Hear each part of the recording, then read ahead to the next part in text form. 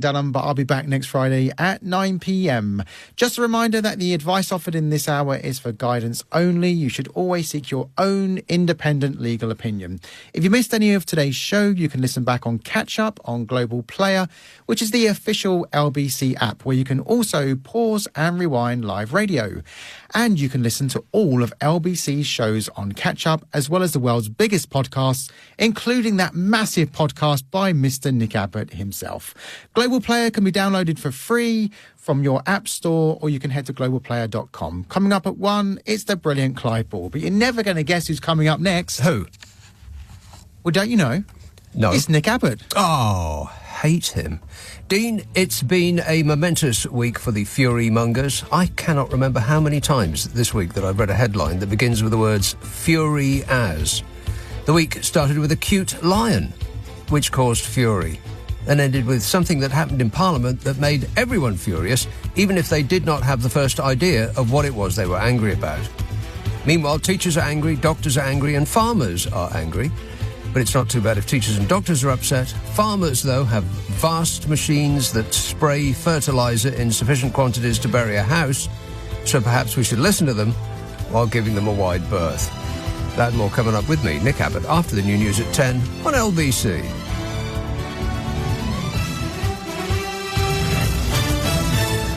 On your radio, on Global Player, and Play LBC. leading Britain's conversation. This is LBC. From Global's newsroom at 10 o'clock. A German Second World War bomb which forced the order of thousands of people to leave their homes in Plymouth has been taken out to the sea for disposal. The unexploded device was found in a garden in Keyham on Tuesday, causing 4 days of disruption. Lieutenant Colonel Robert Swan, who's in charge of the operation, has been talking to LBC. It's been a long day, but I'm really happy how the first phase of the operation has gone, which is to move the device to sea. But we have still got some work to do. The device is currently being towed out to a safe location for detonation, so we're not quite finished yet. The UK's Foreign Secretary has told the United Nations Russia still hasn't justified and explained why it invaded Ukraine. David Cameron's been speaking to the Security Council in New York on the eve of the invasion's second anniversary. A former advisor to Kyiv, Cormac Smith, has told LBC Europe has let Ukraine down and also itself. Europe should have put its industries on a war footing 2 years ago. I was talking to a friend of mine, a former senior military guy, only yesterday. There are signs that our industries in the UK and in other parts of Europe are starting to rearm. The energy price cap is due to fall by 12% in April after wholesale gas and electricity prices came down. But Ofgem is warning households will face an additional temporary charge to help suppliers support struggling customers with record levels of debt. Investigations are underway after a woman was found dead in the Irish Republic. She was in her 50s and was discovered in Cork City on Friday. A watch which melted during the bombing of Hiroshima in 1945 has sold for more than $31,000 at auction. It stopped at the exact moment the United States detonated a nuclear bomb and was found in the ruins. And in sport, Lewis Hamilton has called his move from Mercedes to Ferrari the hardest decision he's ever had to make. He says it's time for a new chapter in his career. In the city, the FTSE 100 closed up 22 points at 77.06. The pound will buy $1.27 and €1.17. LBC Weather. With Ripple Energy. Climate action you can be proud of. Further showers in the west overnight, but skies will clear elsewhere to allow fog and frost to develop. A low of -2. A mix of sunny spells and showers for Saturday, although it will become drier in the afternoon with a high of 9 degrees. From Global's newsroom, for LBC, I'm Tim Daly. This is LBC from Global, leading Britain's conversation with Nick Abbot. Oh, hello there. Very nice to meet you. Well, let's get back to it. Oh, hello there. So nice to meet you. He used to be the our defence secretary. Can you believe that? No. Britain today was in the grip of flooding chaos after heavy rain sparked school closures, flooded roads, blocked rail lines and bus cancellations. Does anything work in this country anymore? No. Downpours and 70-mile-an-hour gales have been battering the country, particularly in the Midlands, wherever that is. Schools closed in Shropshire and Worcestershire, Herefordshire and Warwickshire, basically anywhere that ends in Shire, but is pronounced Shire. There was flash flooding in Herefordshire and North Warwickshire are on high alert as the possibility that their homes could end up being engulfed in water. Trains were cancelled for your convenience and replaced by buses, but if it's too flooded to take the train, it's probably too flooded to take the bus. People were rescued from stranded cars on flooded roads. Whole towns were washed out to sea. There were hailstones so big they could knock out a moose, and the usual things that happen whenever it rains in Britain, which is perfectly normal in a well-run country. Comes after the Met Office placed a yellow warning for rain. Warning, warning. That was across the West Midlands and the South Wales and South West England, and some places were forecast to see 20 to 30 millimetres of rain, or about 6'3". 20 millimetres is about 6'3". The warning stated the following: a band of heavy rain and squally winds will... squally? Is that racist? Squally winds will move east across South Wales and South West England early on Thursday morning, as in today. This is ancient history now, so forget everything that I just said. Great Western Railway said flooding had disrupted services near Totnes in Devon. No services were expected to run from Plymouth to Exeter St David's. This is all perfectly normal for Great Western Railway. There were alerts for rain and wind, and pestilent locust clouds filled the air and skies darkened, and the sun exploded in the sky, raining hot gobbets of molten magma all over us. Assuming we live to see it, would you like to hear the long-range forecast for the next 4 weeks? No. Tomorrow, sunny spells and showers. Then, last week of February, first week of March, at first rain, then rain. Especially, you know where, I bet. But it's going to be raining you know where. One moment, please, and I will check while you wait. Good grief, look at that. 35 degrees and sunny on Saturday. 35 degrees and sunny on Sunday. 35 degrees and sunny... Oh, no, this is Phuket. Yeah, Glasgow, 8 degrees and raining. Followed... Oh, what? Not raining on Monday. Pfft, rubbish. Raining on Tuesday and sunny on Wednesday, and then raining on Thursday and raining on Friday and raining on Saturday and raining on Sunday and raining on Monday. And, they've penciled in three days of sun from Tuesday the 5th in Glasgow, but I seriously doubt that that's going to happen. Not now, not ever, never. Still, never mind. It's just weather. And then the middle 2 weeks of March. More settled conditions, largely drier to the east. Temperatures likely to be slightly above normal. Temperatures are likely to be slightly above normal. We'll take it. February is on course to become the hottest record. The hottest record. It's number one. February is on course to become the hottest on record as scientists, experts yet, warn that the planet is heating up at an accelerating rate. But as these are experts dealing in facts, no one was remotely interested in anything they had to say. We're not interested in facts. We're all about feelings now, baby. Yowza. Data from the Climate Change Institute at the America's University of Maine shows the first 8 days of this month have already broken records. And if the rising temperatures continue, it will be the warmest February in history as in ever. Countries all around the world have seen unusually high temperatures for this year. South Africa, which is in summer, is seeing a scorching heatwave of over 30 degrees centigrade. Australia, where it is also summer, is experiencing bushfires. Madagascar, where the chocolate comes from. That's the first to face food shortages linked to climate change. And has experienced poor rains in recent months. Not chocolate. Chile isn't. Bloomin' boiling over there.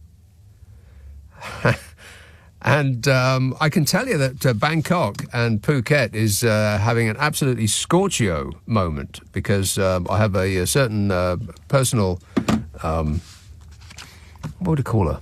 Friend? I think it's stretching it a bit, isn't it, Carol? Yeah. Not friend exactly, but colleague. I have a close personal colleague of mine who is over there at the moment. She can barely leave the hotel because it's so blooming hot. The UK, on the other hand, is experiencing extremely high temperatures for this time of year. It's not 30 to 40 degrees, but, it's warm for February, no doubt about it. It's been the hottest first week of February on record, as in ever. And people who think that taking care of the place that we live in is woke are pouring their thought into the Mail online comment section and social media, saying the usual things about it's just weather, it always gets hot and cold, it's sunspots, climate change is a plot to make Donald Trump use less hairspray. The usual. You don't need to put all of that product in your hair. You just don't. And most often they write, it's all good because they don't like cold. Actual government ministers said that out loud. Never mind if the planet is boiling, I quite like the warmth, they said. Morons. We're surrounded by morons. These people are seduced by the notion that they know something that other people do not know. The conspiracy theorists, because they read it on a website once, under the heading, Things They Don't Want You to Know. Shh, don't tell anybody. So they imagine they've been gifted some insight that eludes the world's scientists and experts. And, as their deity would put it... I love the poorly educated. Yes. And it isn't just the air that is heating up.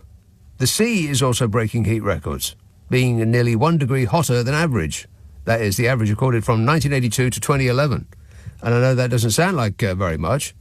So again, people who know nothing will start yelling that 1 degree isn't that much. What's the big deal? Well, a centimetre isn't that much. But if that's the size of the gap between the lid and the cup on your coffee that you just bought, then it's going to go all the way down your front if you tip it to your lips. It's all about context, baby. 1 degree isn't that much different if you're measuring the temperature in your bath water, but it is in the sea. Weather expert Dr. Joel, who is an associate head of marine systems modelling at UK National Ocean... See, I was too busy... going through associate head of marine systems, which is not that easy, particularly if it's followed by the word modelling. You try it. That I sailed through that, no problem at all. Great success. And then I fell flat on my face over National Oceanography Centre. He said the rate of heating is accelerating. But what does he know? Weather expert Dr. Joel said the planet is warming at an accelerated rate. We're seeing rapid temperature increases in the ocean, the climate's largest reservoir of heat. The amplitude by which previous sea surface temperature records were beaten in 2023 and now 2024 exceed expectations, he said. Kind of like Brexit. Experts told us it would be bad, and they're quite surprised that it's worse than they thought it would be. And the same people that bought us Brexit are the same people who are climate change deniers, yelling hoax. Curious that, ain't it? It's almost as though they aren't acting in the interest of us poor dopes who pay taxes. And for the interests of the energy companies and the disaster capitalists and the hedge funders and the oil companies who fund their lifestyles, I bet. I mean, I do believe that it could quite possibly be all about the money, honey. And the effects are being felt all around the world.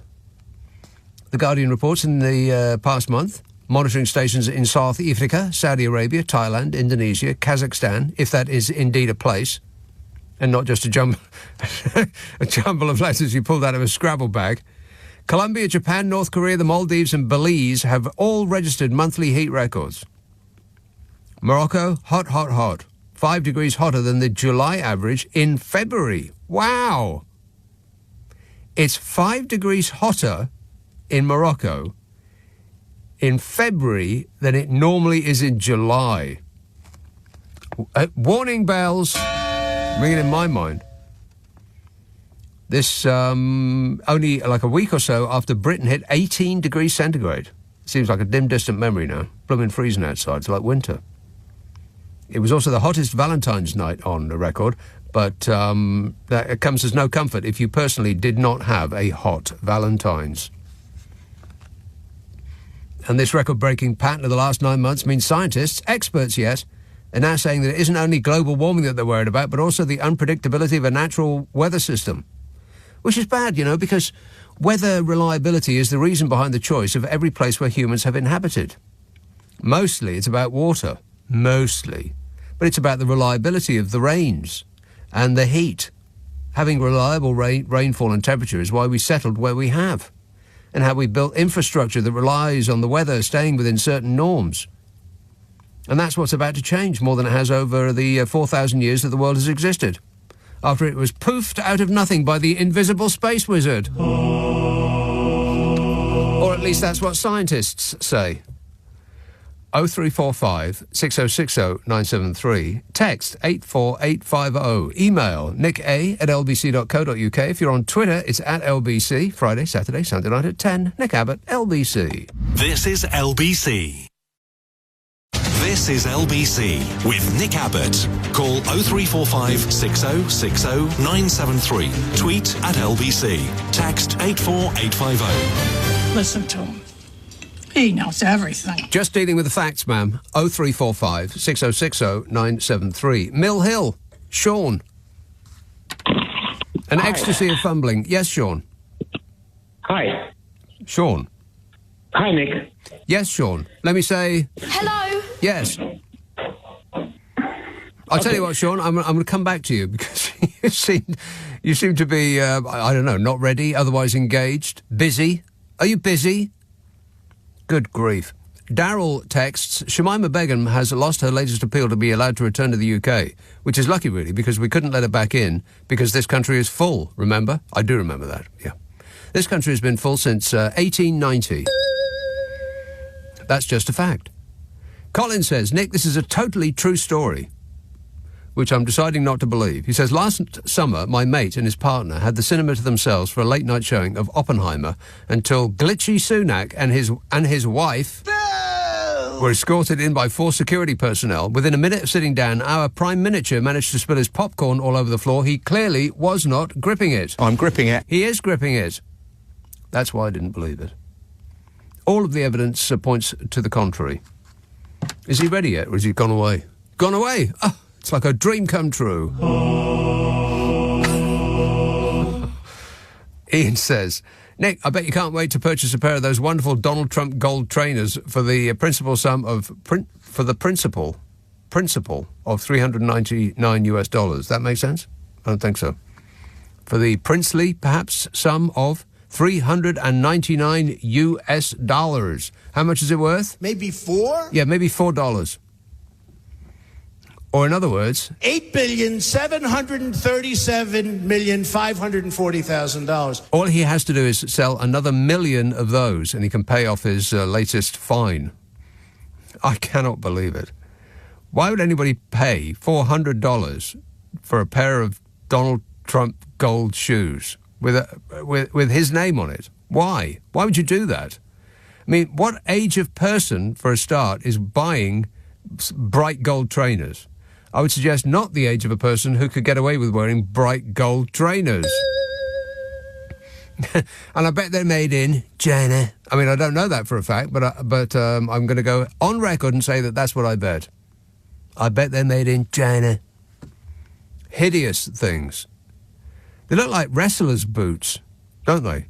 Not proper wrestlers either. You know, the comedy fake wrestling that they have on TV. Those wrestlers. $399. Somebody spent $9,000 on a pair.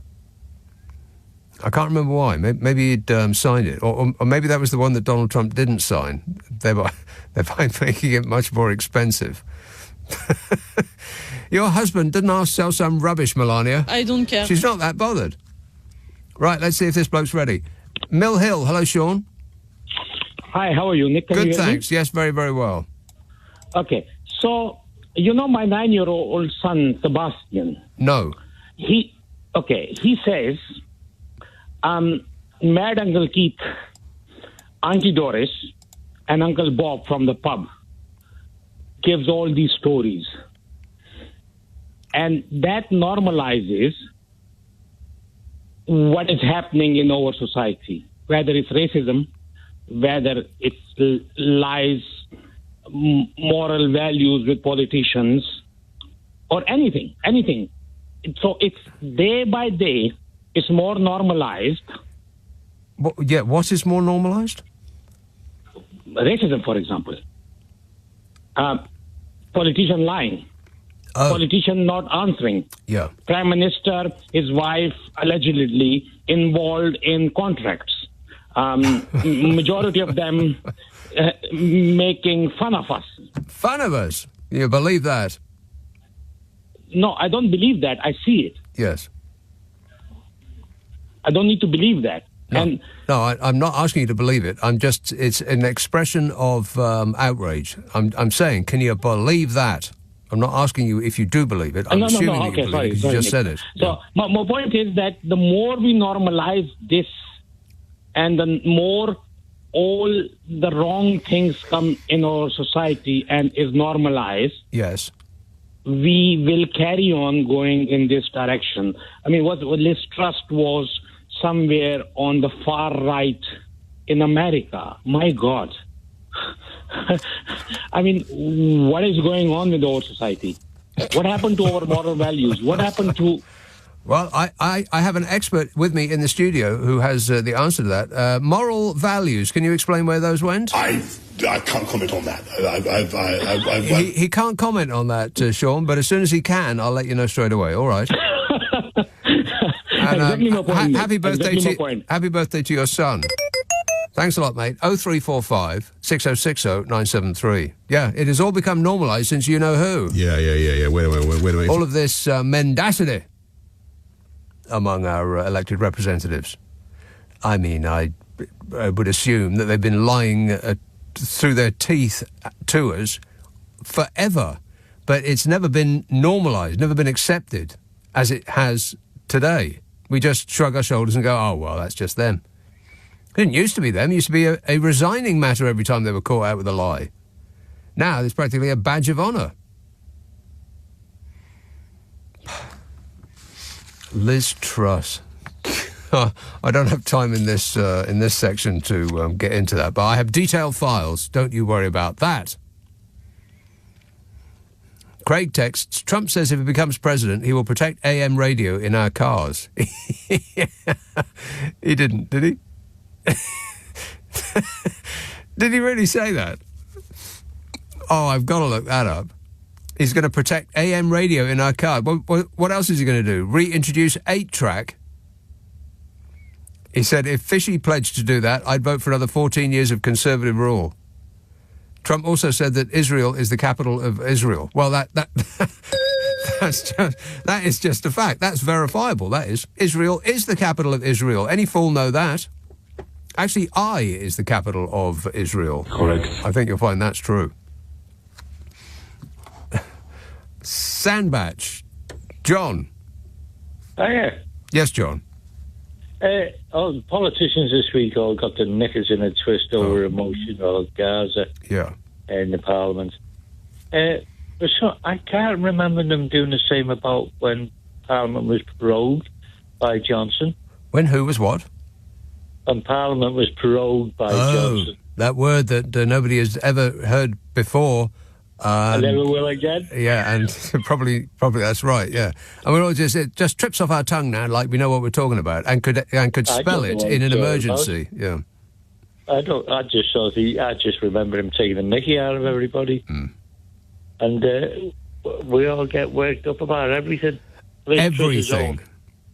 This week started with, the Fury As headlines, they just write themselves now. And it's pretty much every single story in the Mail Online, which is becoming increasingly hard to look at, by the way, the Mail Online. And by hard, I mean difficult for a computer to handle. All of the stuff that's going on the page, it makes it impossible to load. I thought it was just my ancient wheezing computer at home. Affirmative. That was having trouble reading the Mail Online. But it's not. I just dialed it up on one of the up-to-date, brand-new, top-spec computers that we got in this building. The computing power that we got in this building, you wouldn't believe. Affirmative. And it can't load those Mail Online pages. They've got videos, and they've got moving adverts, and they've got still adverts, and then you click one video to get rid of it, and then another one pops up, and oh my God, it takes about 3 weeks to load a page. I know you're trying to make money, Mail Online people, but if you're driving people like me away, to anywhere else that hasn't got 86,000 different things that are all trying to load at the same time, which freezes your computer. I had to turn it off and on again just to load a blooming Daily Mail page today. Well, I don't get the Daily Mail, and I can't use a computer, so I'm a bit of... You can't use a computer? Oh, no, I'm ringing you from a flip phone, which is 12 years old. Always have. Yeah, but you must be able to use a computer.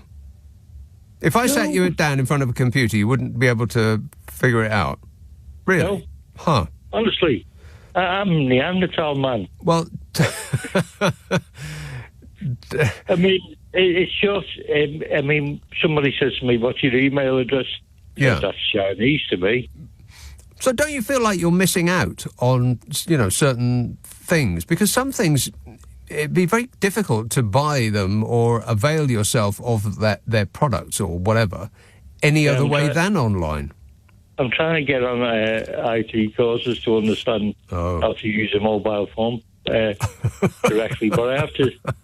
I have to travel 5 miles to the nearest to Crewe, and you don't want to visit Crewe. It's like it's like Ukraine. Say no more. And you have to travel 5 miles there to get a lesson, and 5 miles back by bus. Oh, John, you could, they have lessons online. Oh no, of course that doesn't work, does it?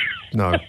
There's a hole in my bucket, dear Liza, dear Liza. Yeah, so this is my communication level. Right. Speaking with your mouth. Wow. What a revolutionary concept. People. If we wait long enough, people might go back to doing that. Yeah, well, it's a good idea, I believe. Yeah, well, I think so too, but that's just you and me and nobody else. I mean, most people now, they send a text to the person they're about to call to tell them that they're about to call so that they don't freak out when their phone rings.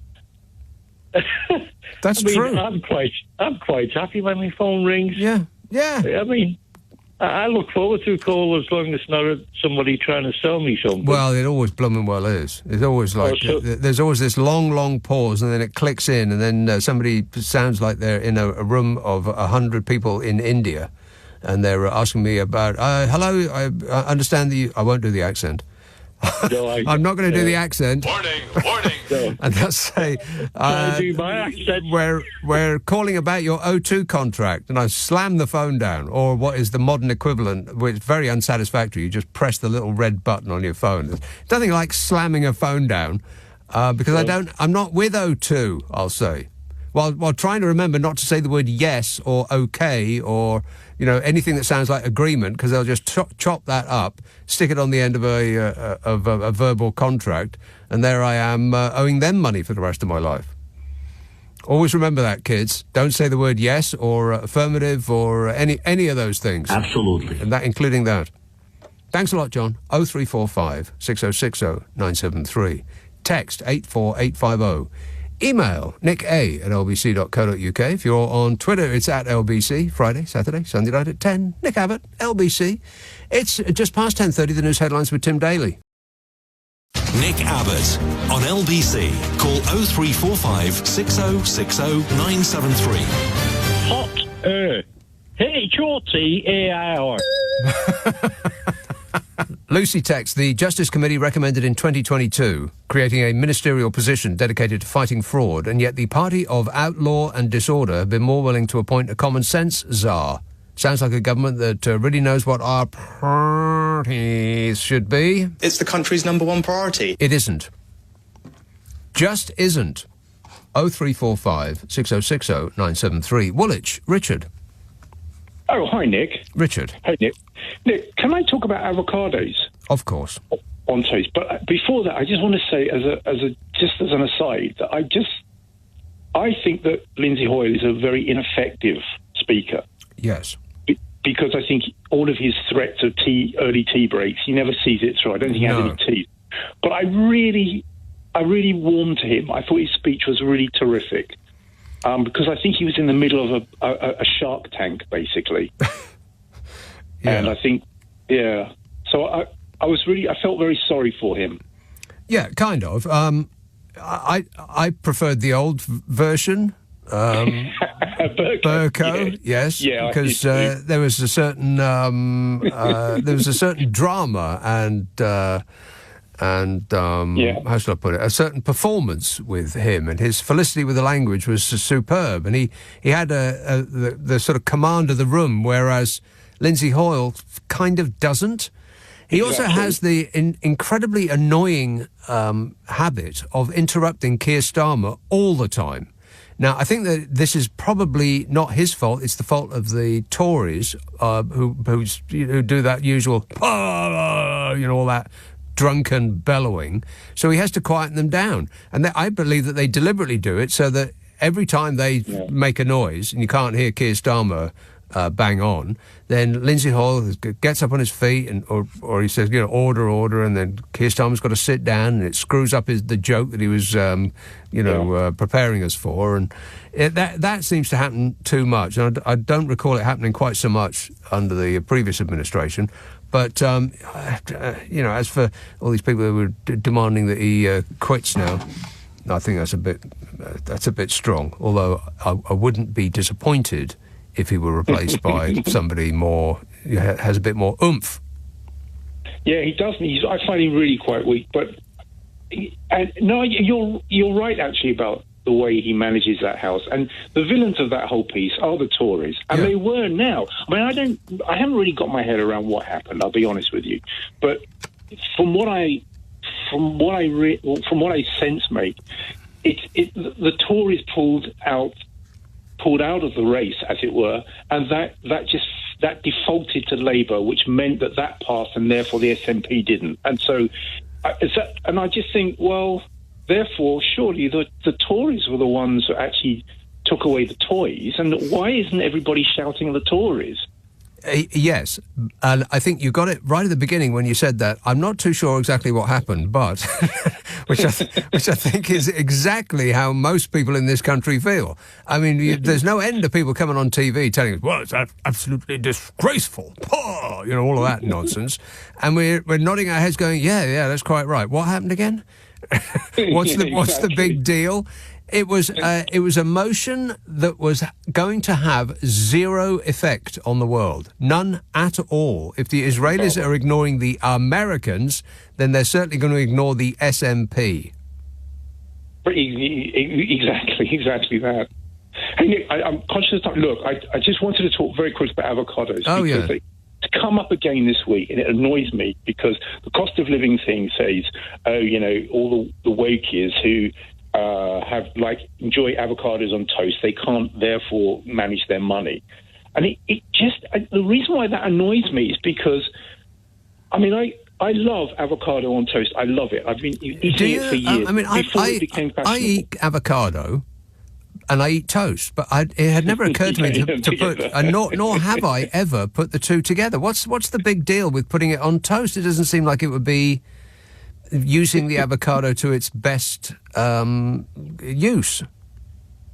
Well, if you put it on sourdough bread, it just melts in your mouth. It's lovely. Really? But I did the mathematics, and maths. It's like, maths. Here we go. Yawn. But so if you can't wait to hear this maths. Here we go. Yes. If you buy at a certain supermarket, you can get 2 avocados for £1.20. Which one? Therefore, Asda, Morrison's, Sainsbury's, Tesco's, Waitrose, M&S.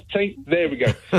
So with a Nectar card, and then so one is 60p, and to have avocado on toast every day, it's half an avocado. So we're talking 30 pence, and all these kind of people that sort of say that I can't manage my money because I enjoy avocado on toast. It annoys me. Well, the bit you missed that is the actual annoying part is that people link eating avocados with being woke. What on earth does that mean? How asinine is that? A vegetable? It is a vegetable, right? Or not? Or is it a fruit? I think it's a fruit, actually. Is it? Yeah. Right. Eating fruit is woke. I'm stunned. This is now a silly country.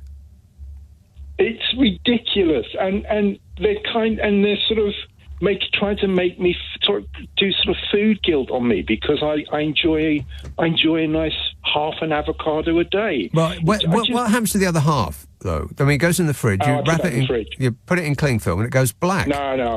No, cling film's plastic. I'm a real eco guy, so no, I just put it in the fridge. I just it goes black though, doesn't it?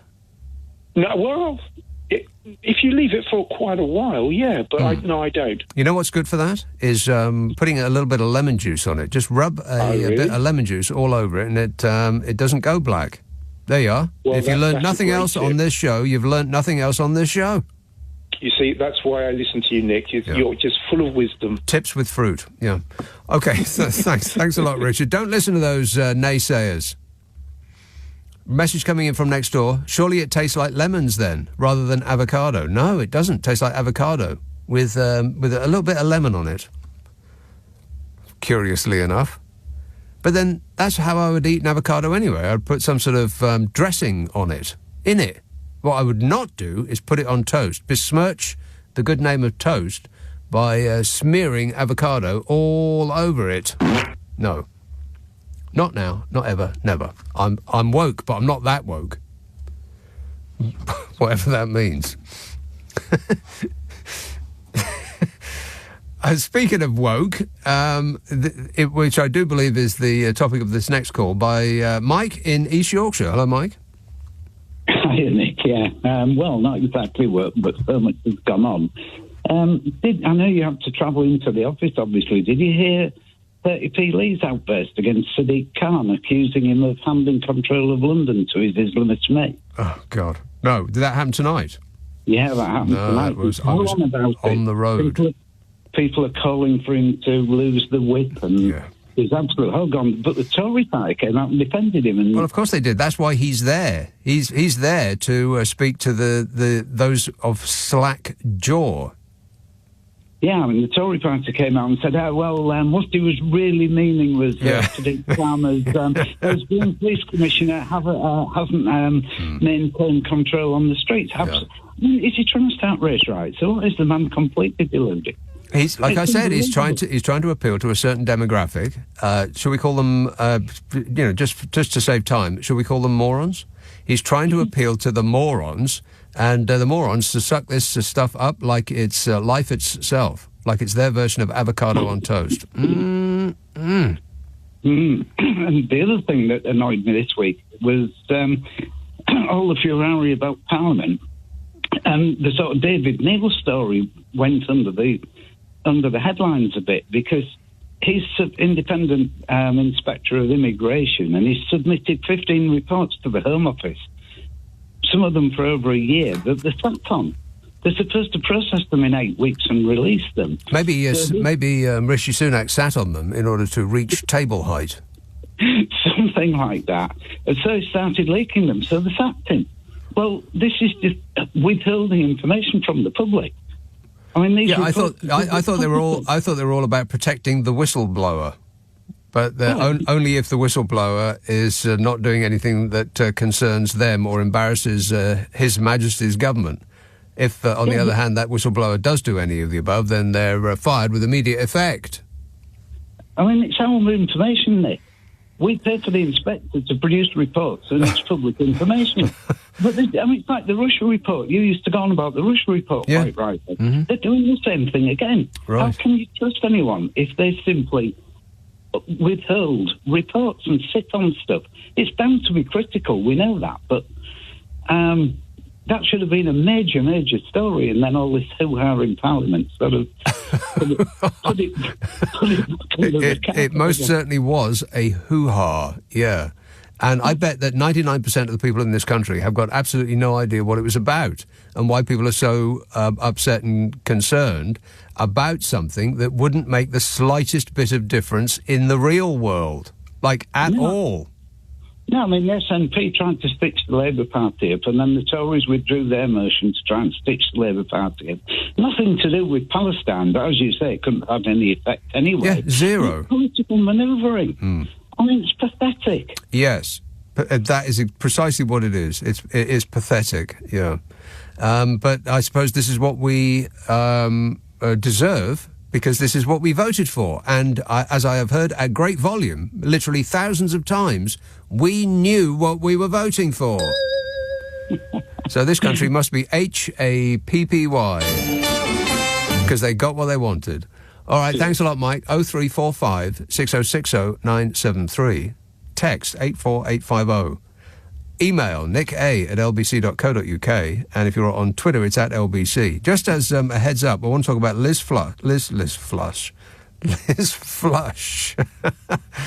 Liz Truss, don't flush when it's raining. The sun, something dramatic has happened with the sun. Somebody should check whether it's still there. Get a call into Australia. We'll check if it's still there. And something remarkable has happened in Germany.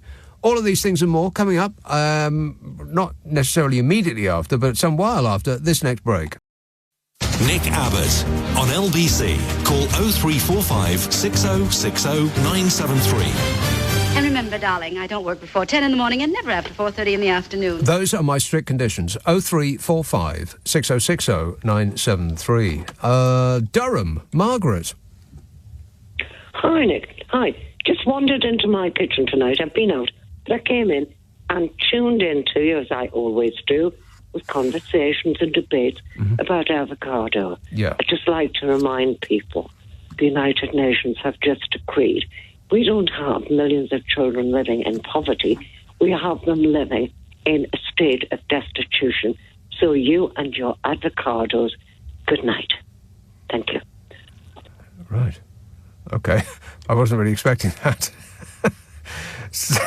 Add to the list of things that we must be furious about, avocados. I was not expecting that. Oh well, you live and learn. This was the week that started. I mean, the amount of fury stories this week have just been off the scale, and it just it speaks to me of a certain desperation among this government. Exactly. That they're looking at a catastrophic loss. They're looking at trying to figure out some way of earning £87,000 a year plus £250,000 in expenses while not being an MP. Those who don't have, the kind of cushion to lay back on that titchy suit size does. Those who were doing a proper job before they got elevated to a position beyond their ability. Those people, they're all freaking out now because they're thinking about the possibility of having to go back to the real world, where their booze isn't subsidised. But it started with this week of fury with a logo. I bet before this story blew up, that you, even though you've probably been around this product your entire life, I bet you would not be able to tell me what the logo was on that sugar syrup thing. A logo that you'd never noticed changed on a product you never buy, and people were angry about that. This country has jumped the shark. I mean, it really is beyond belief. This Tate & Lyle golden syrup. I mean, when was the last time anybody bought some of that? No, it has to be the 1950s. I mean, come on. The Church of England yet were furious because a company had replaced the image, and I would be quite confident of betting £100 to every single person in this country to get them to describe the logo that used to be on Tate & Lyle's golden syrup before this week pointed out what it was. And it came as news to me. I mean, I remember this stuff from my childhood. I'd never noticed that before. It's the first time they've changed their logo in 150 years. I've never noticed that before. It's a dead lion. Who wants a dead lion on a food product? Well, come to find out that the company involved, they don't think that you want that either. Quite right, too. So they changed it to a cute little lion. Oh, does look so sweet. You wouldn't think that it would make people angry, but it did. Because people these days are just looking for reasons to be angry. They have anger in them, and they're just like flailing around, searching for a repository for that anger, just for some reason to channel it here, there, or anywhere, baby. It doesn't really matter, just as long as they're yelling. The company replaced the image of a dead lion being swarmed by bees with a more modern depiction of a cute lion's face and a single bee. Ah, would say a reasonable person. Ah, was the same most of the people in this country that were responding to this story. I just cannot believe it. And the week ended with a great deal of confusion about a parliamentary procedure that virtually nobody outside of Parliament, and half of them inside, I bet, had no clue about, and it wouldn't have made any difference one way or the other. The stuff we're angry about, it makes me angry. Matthew says, now cows are woke for giving us skim milk, according to the haunted pencil. Jacob Rees-Mogg. That's a James O'Brien name, isn't it? He came up with that one, which I'm very that makes me angry that I didn't come up with haunted pencil, because that's him perfectly. Mine was the top-hatted twiglet, which isn't quite as good, I don't think. Jacob Rees-Mogg has shared a rant against liberals who drink skim milk. He's an elected representative of the people of this country. Can you believe that? No. He has shared a rant against liberals who drink skim milk. Posting on Twitter, the former Business, Energy and Industrial Strategy Minister insisted that only full-fat milk will nourish your inner Tory. What an absolute ocean-going chump. He tried 6 types of milk while interviewing a dairy farmer, and paraded plant-based milk alternatives such as oat, almond and cashew, calling them ghastly. Well, I'd have to say, I can't believe I'm about to say this, but I agree with Jacob Rees-Mogg. I tried all of that stuff. Couldn't get on with any of it. I tried almond milk, and it's just... I think it tastes awful, so they have to pile like a ton of sugar in there just to make it palatable. Cashew, I'm not familiar with. Oat is exactly as it sounds. It's like drinking squeezed oats. Not for me. And but the absolute worst was the marijuana one. What's that called? The one that's made out of marijuana. But they don't call it marijuana. They call it what do they call that stuff that they make hemp with? Hemp milk. Oh, God. That is hideous. Unless they're advertising with us, in which case it's an excellent way to start the day. Pour it freely on your cereal. But he said only full-fat milk will make you grow up big and strong. And my question to him is, how would he know? He can't even... he doesn't have the strength to open a bottle of water. He had to give it to the hard man of Brexit, Steve Baker, to open for him, famously. He just gave up. Trying to open a bottle of water yet. Couldn't do it. Other countries must be looking at us and laughing their faces off. Other countries, but not America. I'm president. Can you believe it? Yeah, they got nothing to laugh about. Oh, and there's big news about Donald Trump as well. Donald Trump versus Joe Biden, which has declined cognitively the most.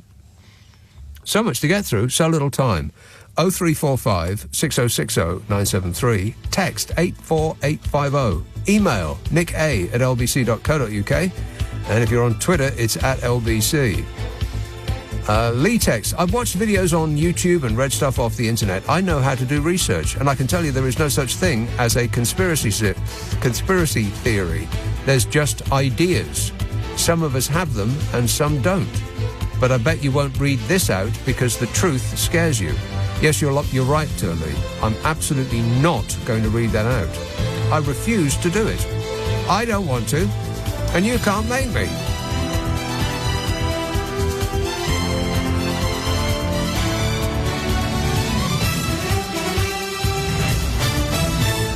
On your radio, on Global Player, and Play LBC. leading Britain's conversation. This is LBC.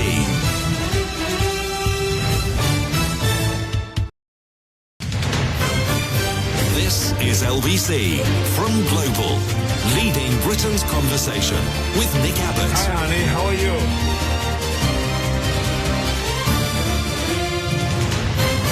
Do you mind if I say a few words? Thank you. This says, if you haven't already, you must listen to Mad Lizzie Truss's speech to the Dinglings in America this week. Unintentionally hilarious, lots of woke hating and conspiracy theories. I imagine you'll be wanting to do a podcast with her. I'm going to do a podcast with her, Carol. What? Hey, by the way, I do a podcast with Carol McGiffin. Yeah. It is funny. And I can say that confidently because most of the funny is her. It is hilarious. I think you'll love it. It's called What's Your Problem with Nick and Carol? Now, the idea is that we solve people's problems. If you've got a dilemma that you wish us to solve, and every now and again we do come up with some pretty good ideas, I'd have to say, in amongst us, just gassing on for the hell of it. The email address is nickandcarol@global.com, nickandcarol @global.com, and prepare to be totally satisfied. Oh, right, yeah. Yeah, ask for it by name on an internet near you. What's Your Problem with Nick and Carol? Comes out Mondays and Fridays for your convenience. Let's have a call in, let me see now. Reading, George. Hello. How yes, are George. you? Good, thanks. Yes, very enjoyable. Thanks. Well, I did say to your colleague that I used to drink ass's milk. You used to drink ass's milk? Yeah, a female donkey. It's called an ass, you see? Yeah, an ass, yeah. Well, the way you use the word ass for something detrimental, isn't it, you know? Right.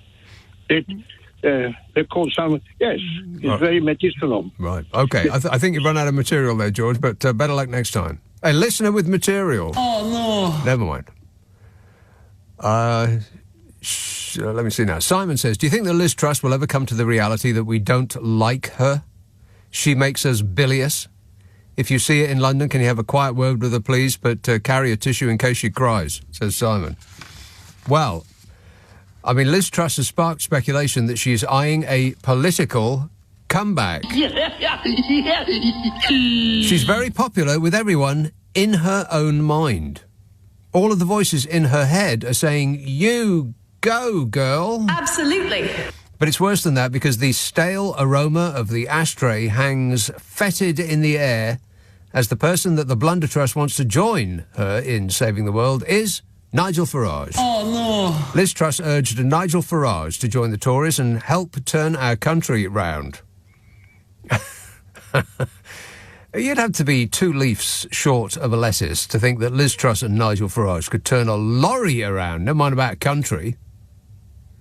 Liz Truss, who spent 49, count them, 49 days in number 10 before quitting after having set the country on fire, expressed her wish for the former UKIP leader to return to the Conservative fold. Both Ms. Truss and Mr. Farage are attending the Conservative Political Action Conference near Washington, D.C., which is a key annual event in dingling right-wing US politics. In a speech to the conference, Truss emptied her mind all over the few people who had shown up to be lectured by the Blunder Woman. She stressed that the world needs a Republican back in the White House and claimed Conservatives being in power was the only way to save the West from opponents such as Russia, Iran and China, all of which pose a threat which has become greatest under the Conservative government of the past 14 years, by the way. So her message is, well, what we have doesn't work, let's have more of it. Yeah, that certainly does sound like Liz Bloomin' Truss. Nigel Farage recently attended Liz Truss's Great British Growth Rally at the Tory conference in October, which is perfect because Liz Truss is a great British growth. The sort you might get a doctor to have a look at. Or the doctor would say, it's malignant, we must cut it out for the benefit of the whole body. That is a disgrace. And Uncle Nige was also in the audience when Blunder Woman helped launch the new Popular Conservatism, or PopCon, a faction of Tory MPs earlier this month. How popular are they? On a scale of 1 to 10? And 1. Exactly. Popular Conservatives.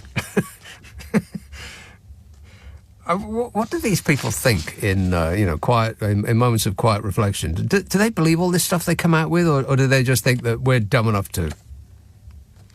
Meanwhile, Farage has recently hinted that he could rejoin the Tories.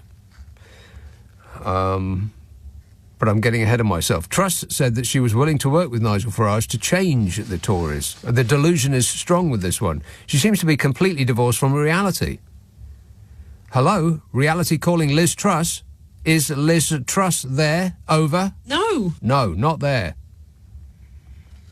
And she complains about how she couldn't push through her economic policies when she was in Downing Street following the chaotic unravelling of her tax-cutting mini-budget in September last year. No, it wasn't last year, it was the year before last.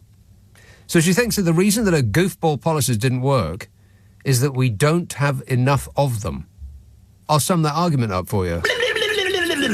She said, what I discovered was I was not holding the levers. The levers were being held by the Bank of England, by the Office for Budget Responsibility. They weren't held by the Prime Minister or the Chancellor.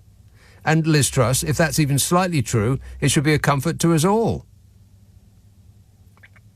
It's like saying, look, I've taken somebody's car, I've driven it through a flooded field, flipped it over, crashed into a tree, and now you won't give me the keys to your other car. 15 minutes she went on, this unhinged ramble to the Conservative the PAC, what is it? CPAC, Public, I can't remember what it stands for. Don't really matter. It's just a room full of dingalings. The CPAC, the Lizbot took aim at Chinos. Now, that's not racist. It means Conservatives in name only. So she's aping Trump's rhinos, Republican in name only, as in anyone who would normally vote Republican but doesn't want another 5 years of Agolf Twitler. Oh, shut up!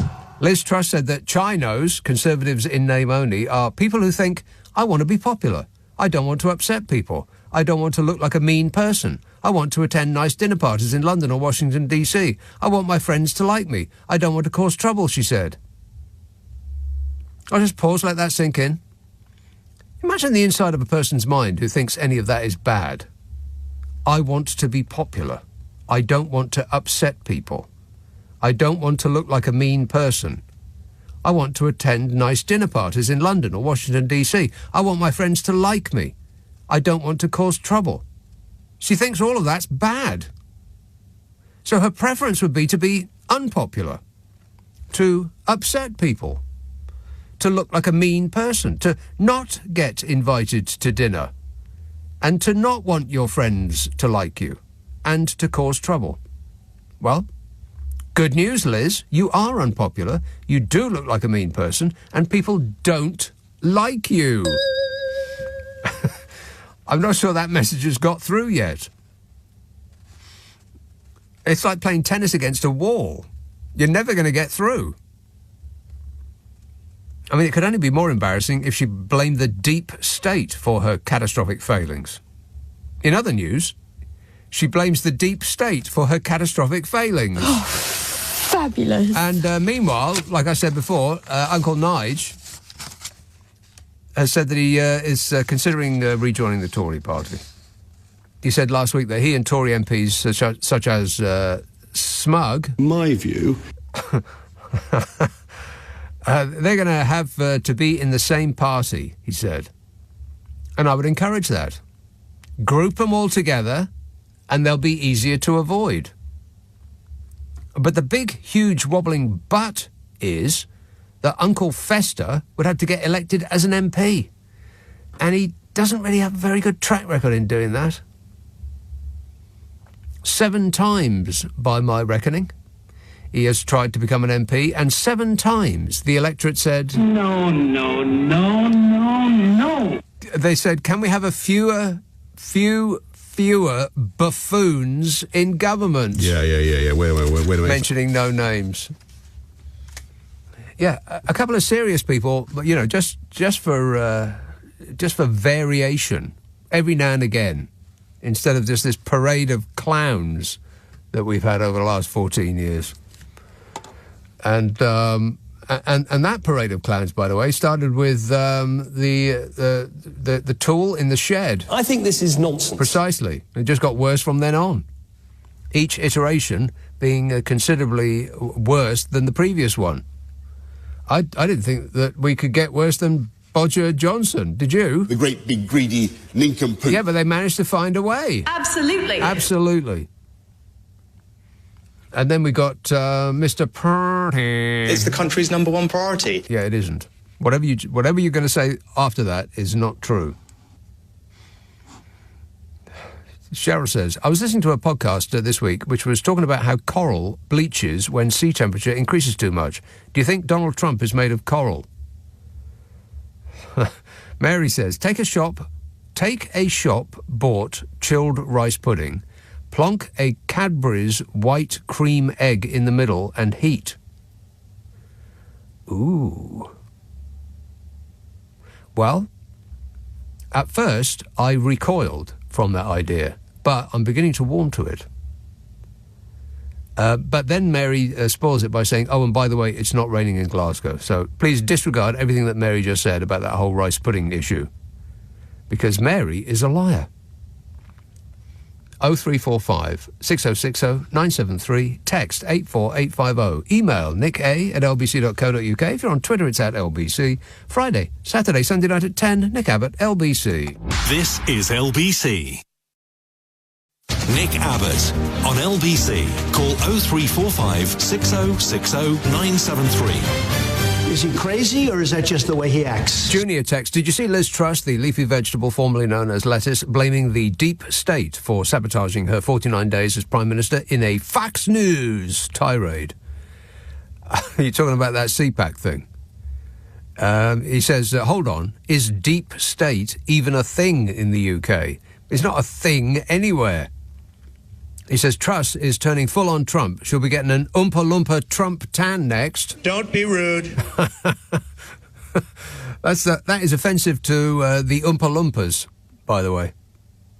Very good people. 0345 6060 973. Let's have York. Hello, Jan. Hello, Nick. Yes, Jan. How are you? I am great, mate. That's good. You were asking who buys golden syrup? Yes. Me. What do you use it for? I've got it in my cupboard now. I've just got it out. Now, did you know without looking at it, did you know what the logo... Yeah, see? How long have you been buying it? Well, quite a while, I would say. Your whole life? But you don't buy it often, but, you know, I have bought it for quite a while. Yeah, you put it in the back of the cupboard, and then you pull it out, and you look at the date, and it expired 15 years ago. Well, not quite. But I don't take any notice of sell-by dates. Don't you? No. And you're still alive? How have you managed that? Well, not on golden syrup. I mean, what can happen to that? Nothing. I'm not sure that's true, is it? Oh, come on. Well, what do I know? Well... I don't know what I'm talking about on this or any other subject, but it's a food stuff, so it must be degradable, isn't it? I don't think so. Not golden syrup. Right. Anyway, this is quite old, and it's still okay. Well, what's the date on it? November 2020. What year? 2020. I mean, that's only 3 years, isn't it? So it expired 3 years ago. Mm. And how much of it have you used? I bet 1 teaspoon. No, nearly all of it. There's just about an inch left at the bottom of the thing, yeah. Well, what do you use it for? Well, you can make flapjacks with it. Well, gingerbread. Who does that? Well, I've made flapjacks, haven't you? Never. Right. You ought to try it. No. Yeah. Why? Because they're lovely. No, I don't think so. I mean, you take perfectly good porridge and then you solidify it that's no big thing. You can also, it says on the jar here, you can also make lovely apple and oat crumble. Ooh, I'd like that. That sounds nice, doesn't it? Yeah, that does sound nice. Mm. Yeah, you can stick your flapjacks. I'll have some oat and apple crumble, please, miss. Yeah, it sounds lovely. I'm going to make some of that. Right. But the logo is a lion. Yeah, it's a dead lion. Well, I wouldn't have known it was dead. It's just laying down. Yeah, but dead being as how it's dead. That's right. Underneath it says, "Out of the strong came forth sweetness." Yeah, it's some religious thing, which means that my interest has peaked and expired. As long ago as your golden syrup has expired. Doesn't really make any sense to me that out of the strong came forth sweetness.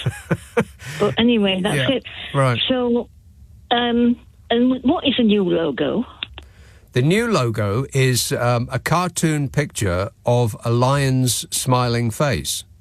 Right. With a single bee, rather than it infesting the lion with a bee nest and producing honey inside the lion. I've got no idea why. Well, this one's got a swarm of bees above it, you know. Yeah, so, but it could be flies. I mean, why anybody would want to put that on the logo? Well, yes, it could be dead flies of a food product is just beyond me. But it could be, exactly right, as you just said, you did not know what the logo was. You could spot it in a supermarket, but you've never, ever, ever looked up close at the logo. I bet no one in the history of that product has ever looked at the logo until this week when the company said they were going to change it. And then everyone was absolutely furious, Jan. Well, never mind, eh? Yeah, that's right. Yeah, leave them with their amusement. If they want to be angry at that, then, that's them. Just leap back out of the room slowly. Don't make any sudden moves.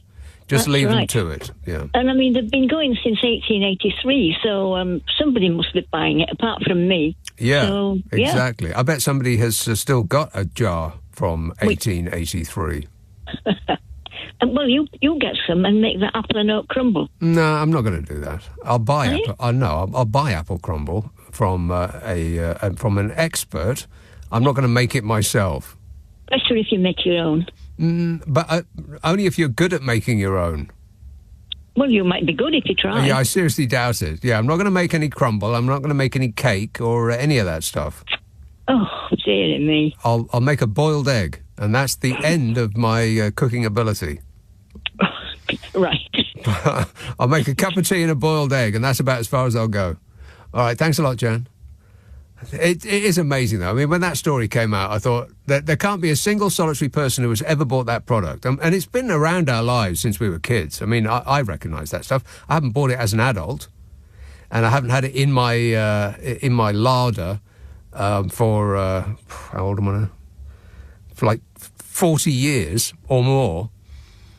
But I bet people that buy it regularly have never, ever looked at the logo. Not once, ever. And yet they are furious that this company has gone woke. And underneath the story in the Mail, it's just an endless repetition of the phrase, oh, go woke, go broke. Morons. We're surrounded by morons who think that they have some sort of a handle on an issue if it can be dismissed with a three-word slogan. 4 tops. 0345 6060 973. Here is information about the viability of old syrup. Syrup does not expire, and you can keep an unopened container of the stuff on your shelf indefinitely. Well, who does that? You buy a tin of that stuff because you're going to use it for something specific. So you open it, you take out 1 teaspoon, and then you reseal it and put it back in its sticky form in the back of your cupboard, and then you never use it again. Syrup does not expire. You can keep it unopened on the shelf indefinitely. That's due to the high sugar content of pure maple syrup. Well, it's not maple syrup. I mean, if it were maple syrup, that'd become something else entirely. And it would be way more expensive. It's not maple syrup, it's just sugar syrup, isn't it? This is according to the experts at Ben's Sugar Shack, which produces syrup in New Hampshire. Right. It's also a strip joint. Not a lot of people know that. This is exactly the same reason why honey never expires. Bacteria have a hard time growing in these high-sugar, low-moisture environments. Well, there you are, you see. Every day in every way we're getting brighter and brighter. We actually learned something on this show. Can you believe that? No. No. Let's have Manchester, Raj. Hi there, Nick. How are you doing? Good, okay? thanks. Yes, fine. Yep. Let me get the important stuff out of the way first. You can also make Rice Krispie squares with golden syrup. Ah. But then what you would have then is Rice Krispie squares, which might be okay if you're 10, but not too much above that, I would say. I don't believe that. Are you trying to say you've not had one since you were 10? No. Seriously? Yeah. Oh, my God. You're missing out there. You're missing out. I don't mean no. I mean yes. Yes, I am telling you that. So that was and the second thing is, did you know, and I thought you just mentioned it then, but honey never, ever, ever goes off. Like, it can be thousands of years old and it's still fine. Is that right? But it's the only food product that never goes off. Ever, ever, ever. I'm not sure that's true. I think a Hostess... It is. There's a thing in America called a Hostess Twinkie. I bet that never goes off. No, but being serious on the honey, it never, ever, ever goes off. Thousands and thousands of years old and it's fine. But I think that is... that's due to its unique antibacterial nature, isn't it? That's not just because it's sugar, that's because it's honey. No. That's right. Yeah. But it never goes off. Right. But that's the not so important part. But Tate & Lyle golden syrup is not honey, and nor is it maple syrup. It's just syrup. I don't make Rice Krispie squares out of it. Yeah, you keep telling me that. I can't express in words how totally uninterested I am in Rice Krispie squares or any other shape that you care to deliver them in. I've got something even more unimportant to say about. Yes, please. So, seriously now, if I had a job for 49 days and the whole world knew that I got sacked or got booted out of it after 49 days, I would hold my head in shame. Yes. I would be frightened to leave the house. But people would be saying, oh my God, he's what a failure. Yes. He couldn't last more than 49 days. So how she's walking about in America trying to impress these people with her nonsense talk. What's the world coming to? I don't know. I really don't. It's confusing to me. But if you have your job for 49 days, they said, no, Nick, not for you, not for us. Yeah. How gutted would you be? You won't go back to trying to be a radio host, would you? Well, I wouldn't go bragging about it, and I wouldn't go reminding people about it. No. In fact, I'd say I've never been remotely interested in being in radio, and I left of my own accord, I would say, something of that nature. Exactly. Yeah. But if I had her phone number, this phone number, I'd be messaging her pretty much every day saying, oh, are you still Prime Minister? Oh, are you still Prime Minister? I'd be doing that all day long. I would wind her up. I mean, surely her neighbours must think, oh, there she is, like the failure. Why is she... I don't get it. I don't get it either. I really am mystified by her gall, actually. The front of the woman, to keep insisting that we were... her 49 days as Prime Minister was a catastrophe not because of the 49 days, but because we didn't get enough of her, seems to be her way of thinking. I mean, talk about divorced from reality.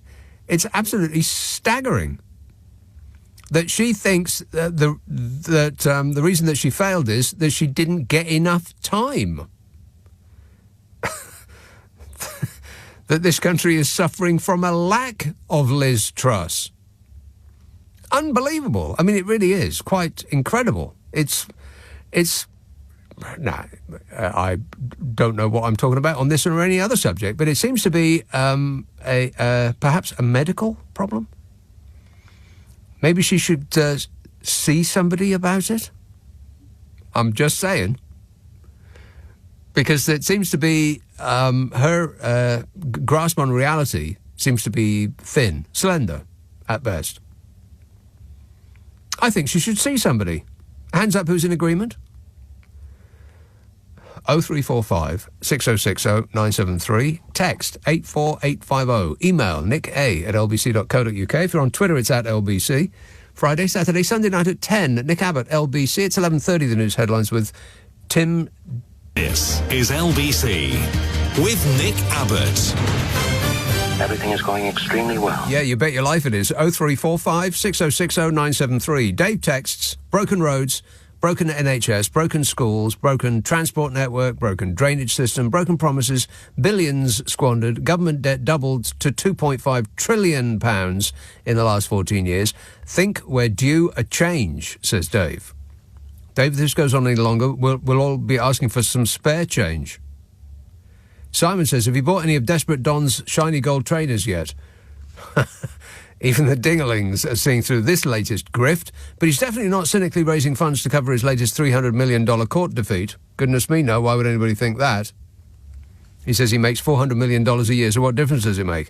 Donald Trump has never said he makes $400 million a year. I make $400 million a year, so what difference does it make? I stand corrected. No, I did not buy any of Desperate Don's shiny gold trainers, although you'd have to think that if you kept them box fresh, that it's entirely possible that they could be worth a bit in the future. I'm not talking about a future antique, but if you timed it right, you could probably make some money on that, I reckon. I just couldn't. I couldn't bring myself to do it. And I think they're a sellout, aren't they? Some guy spent $9,000 on a pair. What? So, they're out there.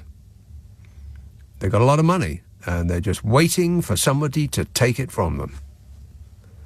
0345 6060 973. Penge, Pete.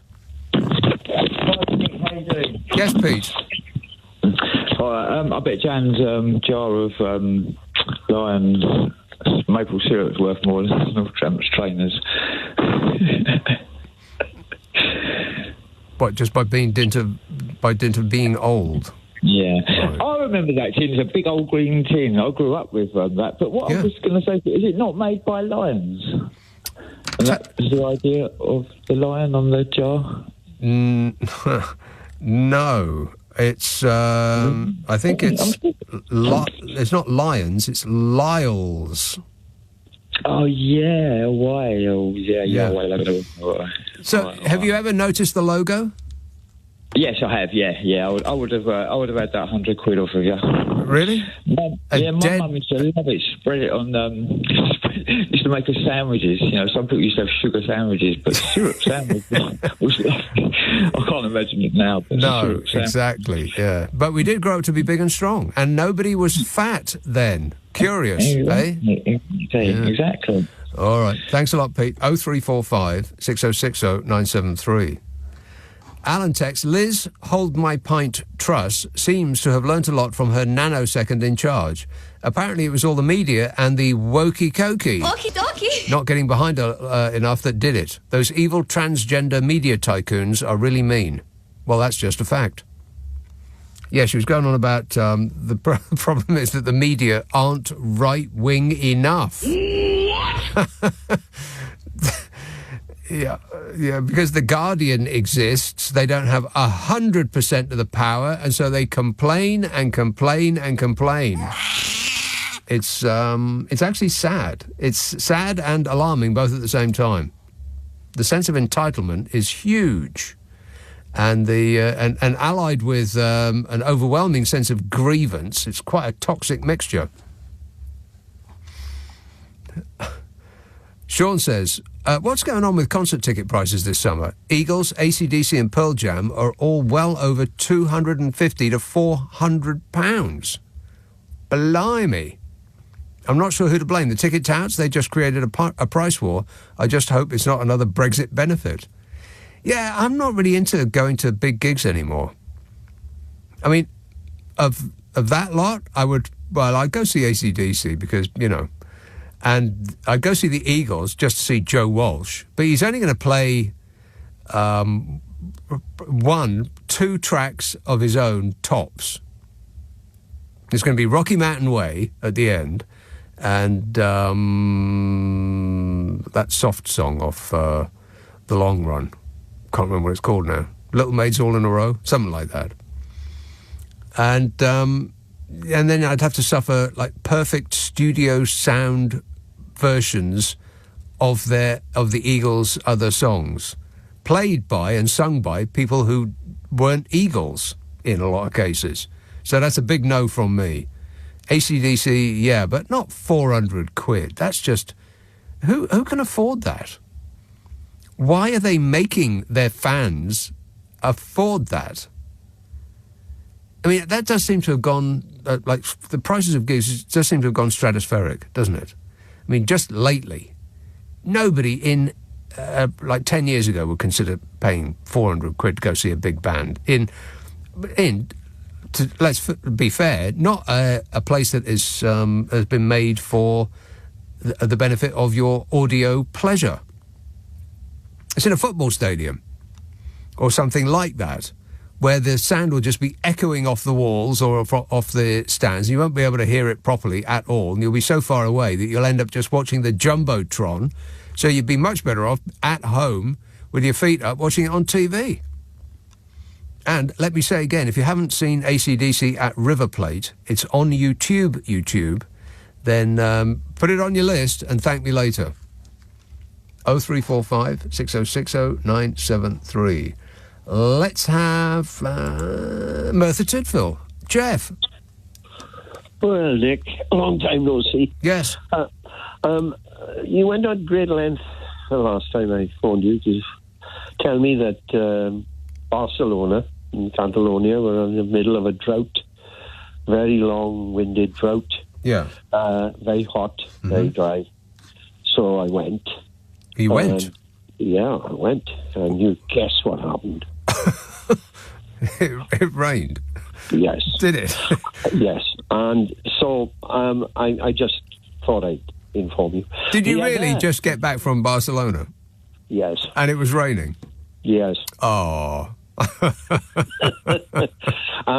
Also, I've had a good scout round, and I think they're not moving any coal out of Fossa Fran. Oh. Or haven't for quite a while. They've actually stopped, have they? Finally, about 2 years after they were supposed to stop. I think it's to do with Port Talbot changing to electric furnaces. Yeah. So we'll see. We'll see on that one. Right. The last figure mooted is 190 million to fill the hole in. Pounds? 190 million pounds to fill in the hole? Yeah. What are they going to fill it with? The mountain... Well, you see, they dug it out, put it alongside, so they've got to put the mountain alongside back in the hole. Right. They're not going to do that, are they?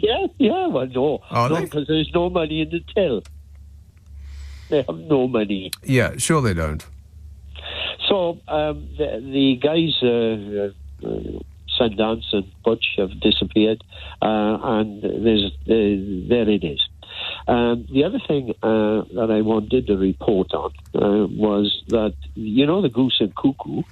The Goose and Cuckoo. Mm-hmm.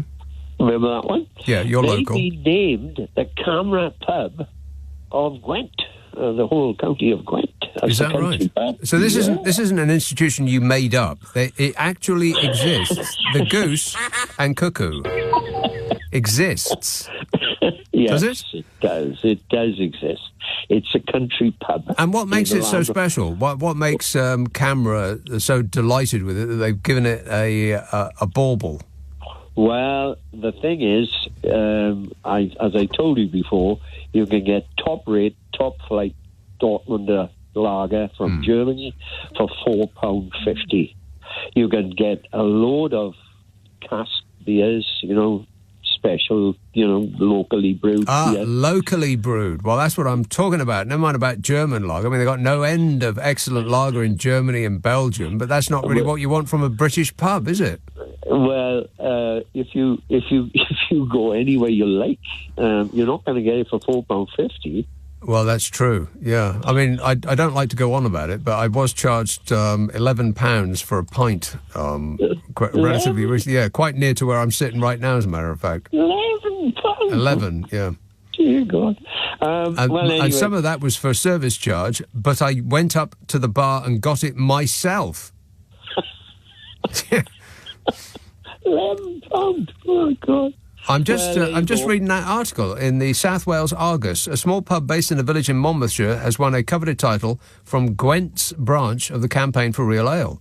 The Goose and Cuckoo, found in Upper Llanover in Monmouthshire, is run by the current landlord and lady, husband and wife duo Kyle and Half, and has been crowned Country Pub of the Year 2024.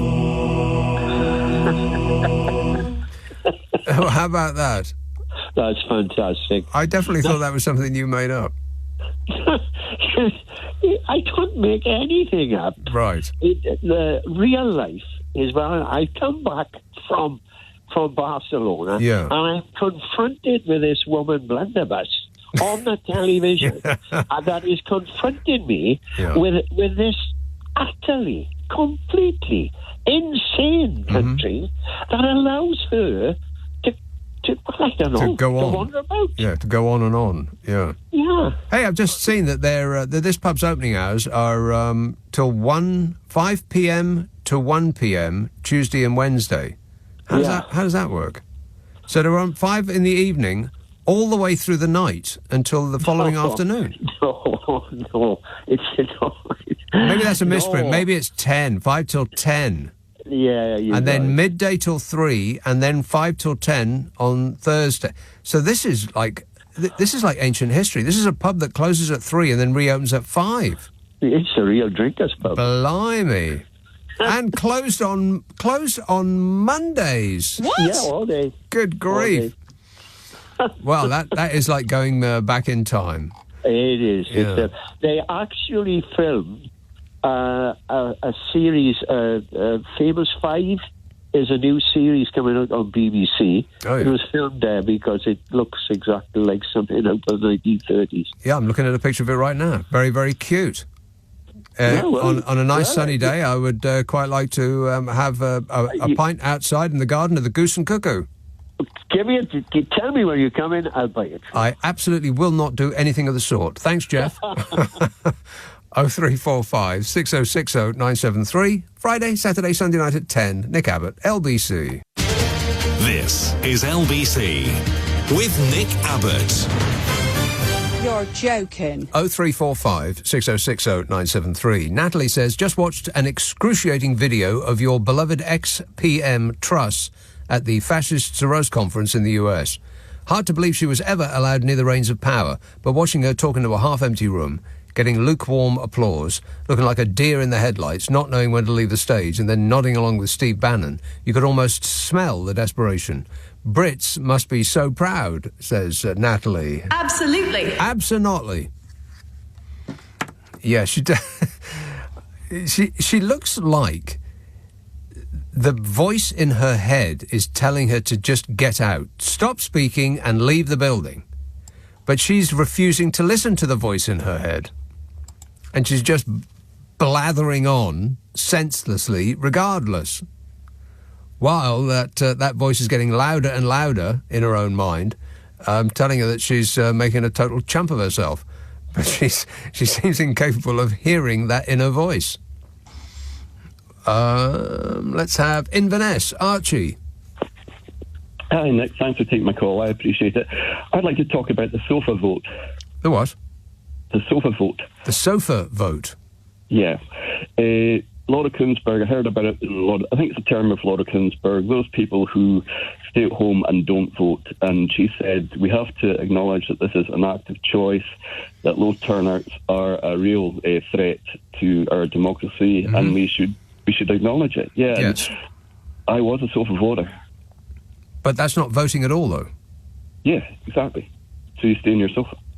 You vote to stay in your sofa. No, but you don't vote to stay in your sofa. You just don't bother. You don't engage. You don't think about it. You can't be you can't be bothered. That's not a positive decision. That's the lack of a positive decision. Well, Laura Koonsberg would disagree with you. I'd listened to the podcast. It was broadcast on radio, newscast, I think it was, and she said we have to acknowledge that this is an act of choice by people who are enfranchised. It isn't. It isn't a choice. It's the absence of a choice. Well, that makes it a fact if you say so, Nick. But what I was going to say was I'd like to thank Laura Koonsberg for acknowledging that I have the democratic right to stay on my sofa, and I'd like to thank Lindsay Hoyle as well, because thanks to Lindsay Hoyle's affairs and Keir Starmer, I'm now electing to get off my sofa, and I am going to vote now, and I am going to vote SNP. So maybe Lindsay Hoyle's done something wonderful for society. Right. He's telling us Scots people to put down our glasses of whiskey, to put down our bagpipes, and to go out and vote now. Right. Well, good. Welcome to the real world there, Archie. Hey, people, wake up. It is later than you think. Not voting is not a positive choice. It's the absence of making a choice. I can't be bothered. That's not a positive choice. I don't want to. What's positive about that? Just do it. And you don't need Lindsay Bloomin' Hoyle and his various travails to get you up off the sofa. You should just do it anyway. Be motivated. This is important. Everybody should be forced to vote in this country by law, under threat of punishment. I mean, if Australians can do it, with the vast distances they have between them, then we should be able to do it in this country, living on top of each other as we are. I mean, you barely have to, anywhere in this country, you barely have to walk more than 400 yards to get to your local polling station. Just do it.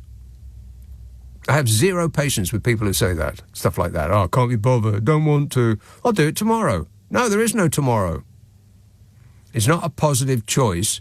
You are not registering a protest by not showing up. If you want to register a protest, then show up and, write some other name in there, or do a Mickey Mouse drawing on it, or, I don't know, there's no end of ways in which to register a protest. Vote for the Monster Raving Loony Party if you want. If enough people do that, then they might be the next leading party of this country. I mean, it couldn't be worse, could it? Yeah. Wait a minute. I seriously doubt that it could be worse than what we've had already. I mean, the leader of the Monster Raving Loony Party could probably have fashioned a longer stay at number 10 than Blunder Woman. Lauren says, when we get a call like that, we say sorry. Sorry, I don't have a phone before hanging up. It stuns them. Oh, you're talking about the people who are trying to con you.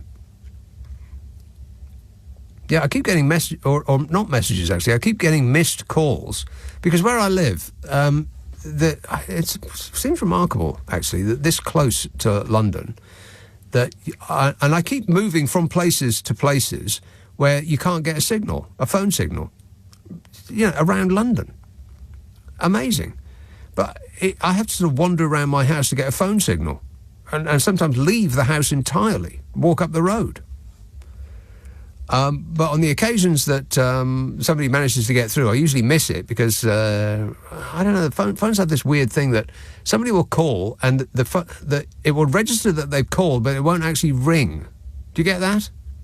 Forcing you then to call them back, often calling a number that you don't recognise. But people keep calling you on that number, so it must be something important. Why don't they leave a message? So you call them up and there's that deathly pause before it clicks and you hear a room full of foreign voices and you know that you've just been contacted with some con artists in another country and they just want to take your money from you. Yeah, good idea, Lauren. Just say you don't have a phone and then hang up on them. Dave says, Tucker Carlson asked to get an interview with Boris Johnson. He was told that Boris would only do the interview if he was paid $1 million in Bitcoin or gold. I don't believe that. I mean, who would pay $1 million to hear Boris Johnson's thought? Yeah. Wait a minute. I mean, you'd have to be off your chump, wouldn't you? Who cares? You can see what he's thinking by reading that column that he dashes off for the Mail. And it costs you significantly less than £1 million in Bitcoin or any other form of payment. $1 million. Wow, that's significantly more than you-know-who. It's 10,000 sterling. He only asks for 10,000 sterling per day. Bodger wants $1 million. If indeed that story is true, which I seriously doubt. Simon says, so electric and gas prices are coming down in April, but still 50% more than before the Ukraine war. And should have come down more because some customers cannot pay their bills. We all have to pay more. If my company has customers that won't pay, then it comes out of my profits. Why should power companies not absorb the cost of bills from their profits? Yeah, you seem to be blaming people who can't afford to pay their bills for the high price of your bill, Simon. I mean, you did perhaps save yourself right at the end there, but don't even think that for a single solitary second. It's not because people can't pay their bills that everybody else has to pay more. It's that the energy companies are, they just probably wake up laughing. Because us poor dopes who pay taxes seem to be willing to pay any amount in this country. And Pat says, I had to have a look at the Orange Nightmares comedy trainers that he is knocking out. Wow, gold shoes. I mean, who wouldn't want them? They seem to be modelled on the boot you get in a Monopoly, in a Monopoly set. Trump putting the rube in ruby slippers. Oh, I get it. Funny, no? No. 0345 6060 973. Text 84850. Email nicka@lbc.co.uk. If you're on Twitter, it's at LBC. Friday, Saturday, Sunday night at 10. Nick Abbot, LBC.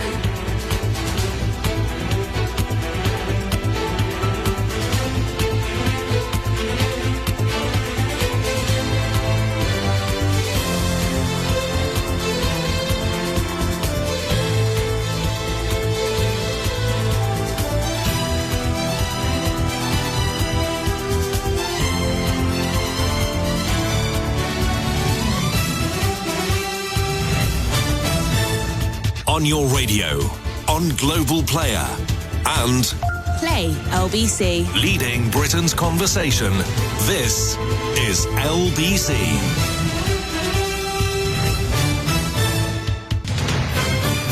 This is LBC from Global. Leading Britain's conversation with Nick Abbot. Yeah!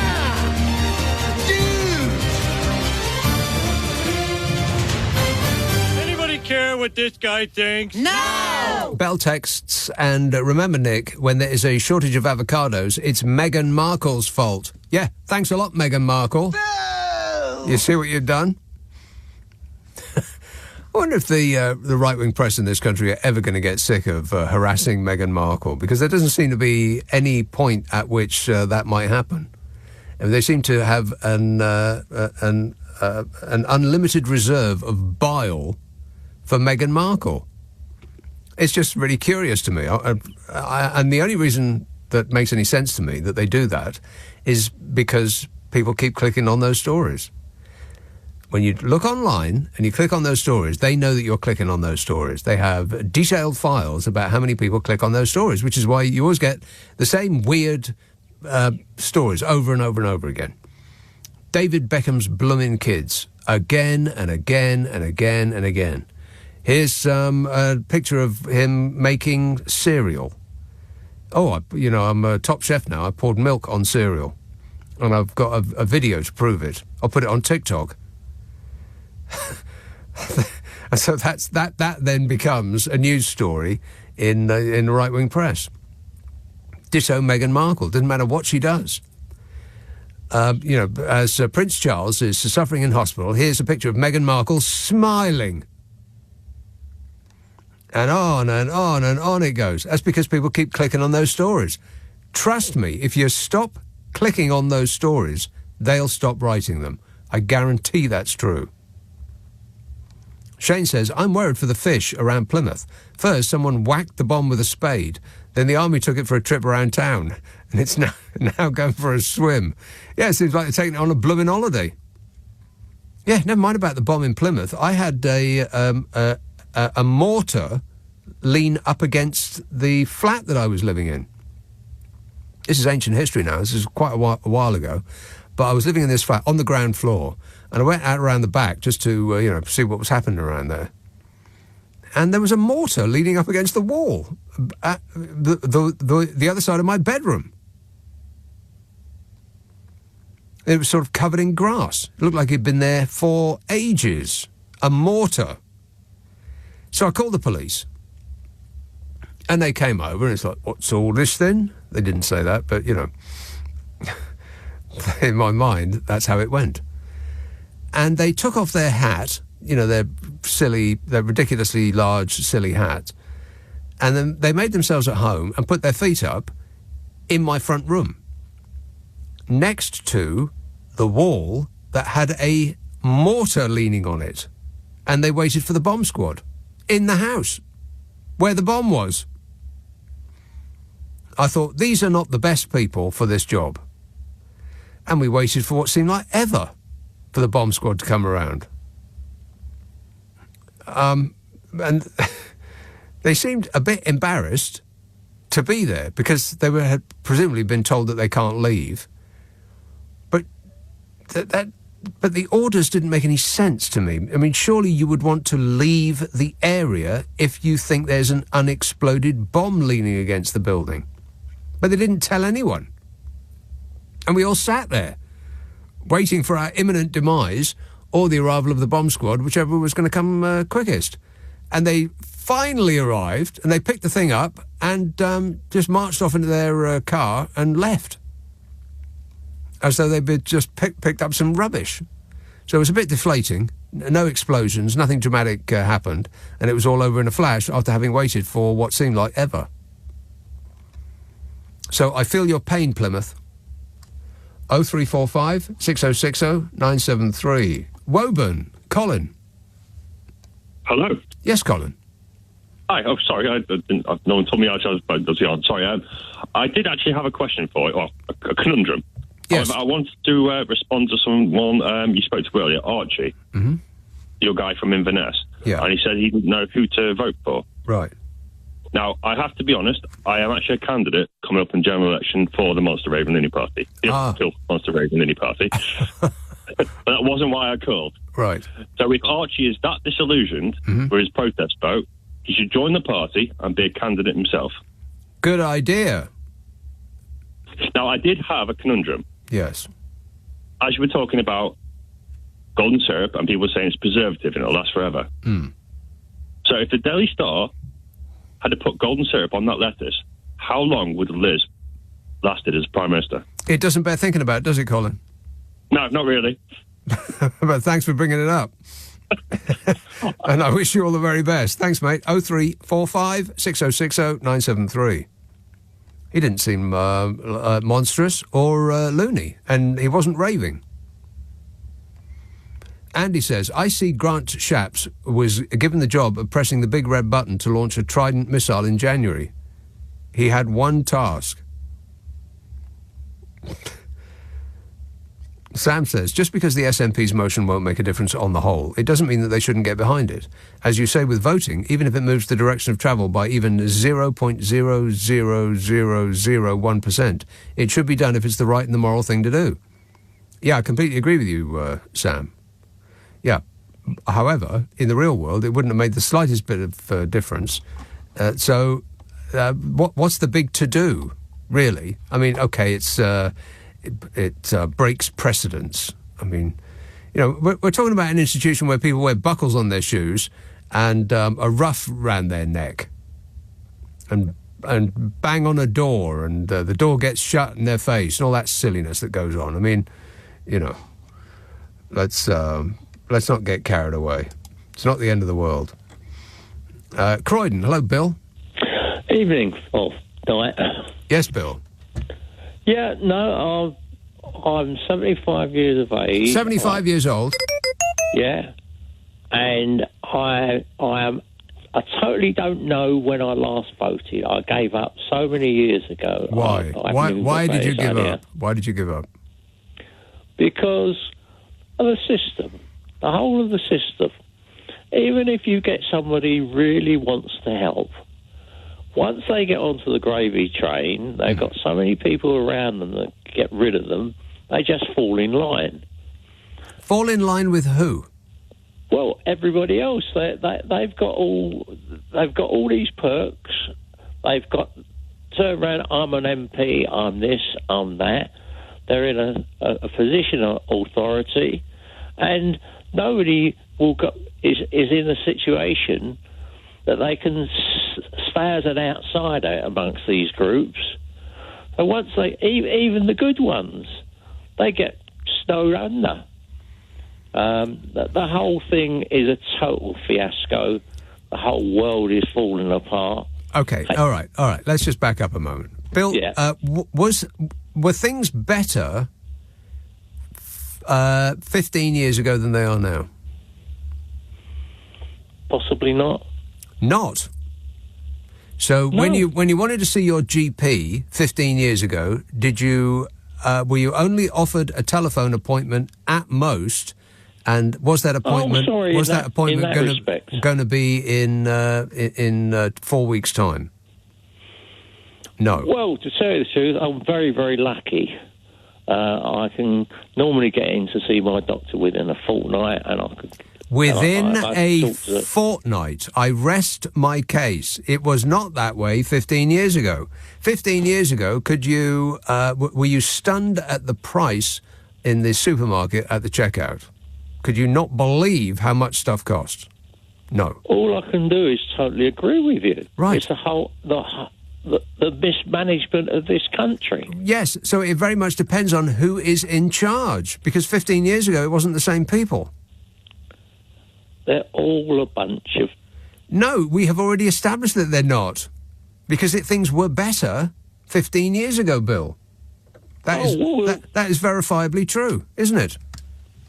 Well, of course it is. Can you tell me, when did HS2 start?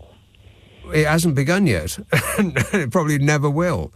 You know, Well, we could swim in the sea 15 years ago, couldn't we, Bill? But there was no sewage in the sea, was there?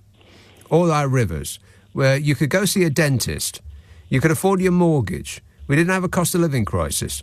We had pay rises. You remember pay rises, don't you? We could protest. It wasn't against the law to protest. We had freedom of movement. We could go and live in Europe if we wanted. We could see our doctor without having to, at most, get a phone call from them. Libraries existed. We had frictionless trade with the EU. We could report a crime, and the police would actually be concerned about it. Well, it appears to me that you're agreeing with everything I'm saying. No, I'm disagreeing, because that's what it was like 15 years ago, under different management. Well, I'm on the phone because I'd like to put my comments in, and everywhere I see money frittered away. Yes. People who don't know what they're doing. Why? Because we get the people we vote for, and if you don't vote, then you are at the mercy of extremists and people who are one-issue obsessives. But how do you choose the ones that aren't that way? Bill, you just opt for the least bad option. But you've got to know these people. Once these people get into power... No, you don't. You don't have to know them. All you have to do is go on the basis of the history of those parties. Was it better when a different party was in charge? If the answer is yes, then you should probably think seriously about voting for that party again. If you don't think it was better, and you think that actually under the current administration things are just peachy keen, then vote for them again. 35 years ago, I went on a course in a college. The boat's coming over, everything. This was foretold. Every single thing that I was taught on that college course is come to fruition 35 years later. Well, what was the course? I was unemployed, and I went to a course. I can't remember exactly what the name of the course was. You can't remember the subject? 35 years ago. The subject was varied. It talks to you about various things. What was the nature of this course? Well, are you talking about just having a chat with somebody down the pub? Is that the nature of this course? Have you ever heard of Trevor Bayliss, who made the Clockwork Radio? Yes.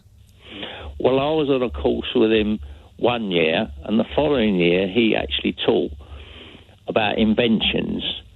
And I talked to a lot of people there, and they'd made inventions, and they were very upset because big corporations bought them over. Yeah, no doubt. Yeah, but what's that got to do with what we were talking about? What on earth has this got to do with what we were talking about? Well, basically, the whole system, the little people get squashed and the big people get their own thing. Yes, HS2 would never work, even from the very beginning. And it's just somebody decided that they'd like to do it, and they make a name for themselves. Bill, you actually, you know what? Don't bother voting. You can sit this one out. I've got zero patience for people who just refuse to vote. I just can't. I can't stand it, actually. This sort of defeatist attitude that nothing ever changes. They're all the same. No, they're not all the same. I wish you the best, Bill, but I've come to the end of my patience. Sam says, just because the SM... No, read that one. Shortage of avocados, Meghan Markle's fault. Read that one. On that subject, Connor says, put the half of the avocado with the stone still into the fridge. It won't go black. You can thank me later. It will go black, Connor. You need to put a little bit of lemon juice on it, and then it won't.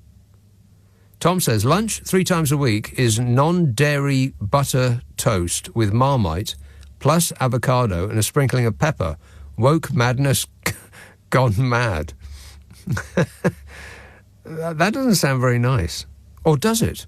Not the non-dairy butter part. Butter. Everything tastes better with butter.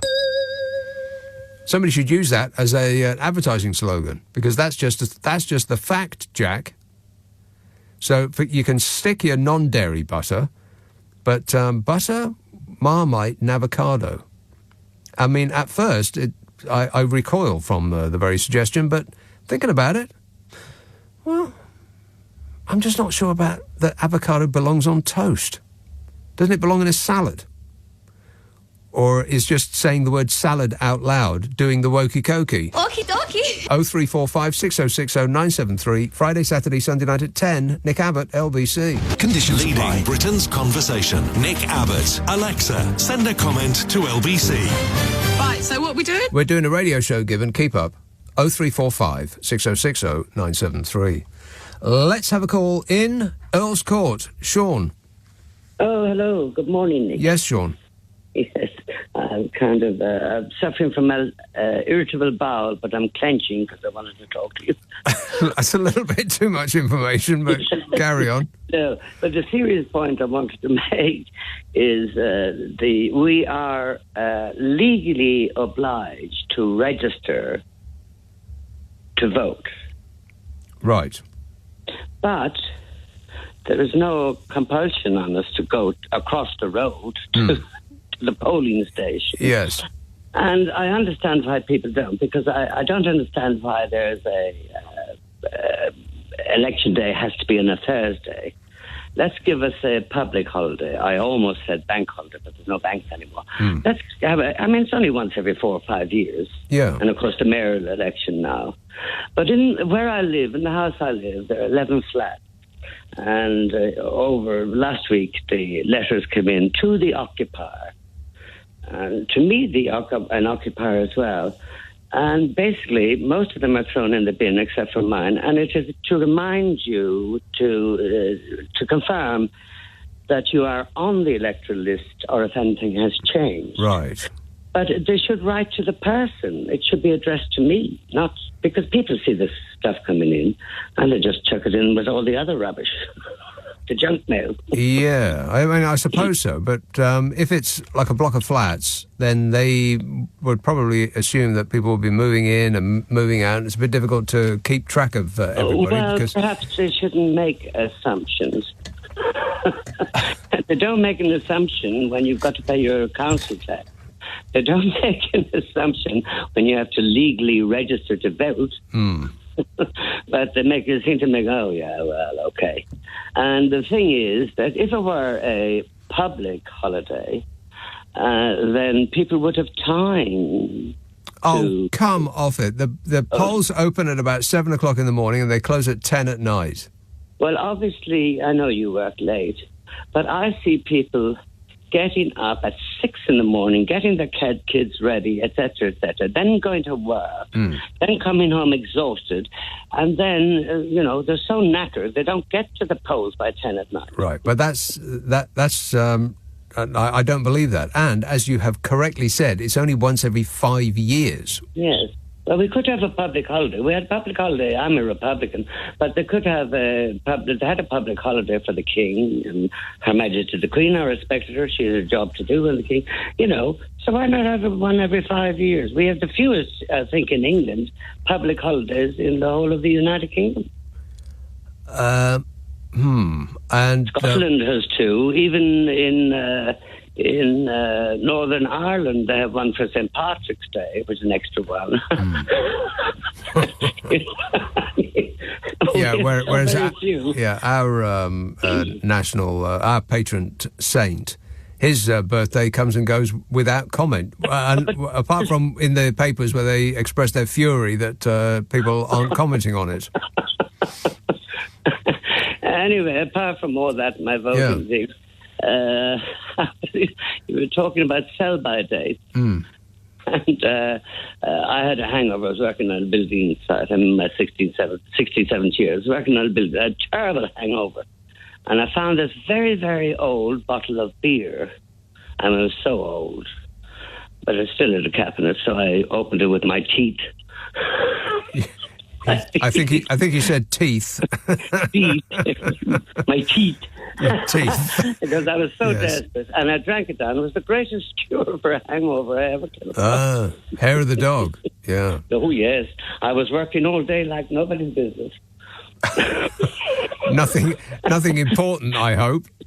Well, I was digging and hammering and everything. And I thought I wouldn't be able to do it, but that ancient bottle of beer sorted me out. Right. Well, that's a tip, kids. Yes, there you go. All right. Thanks a lot, Sean. 0345 6060 973. Martin says the Pocket PM has a plan and now he has a plop.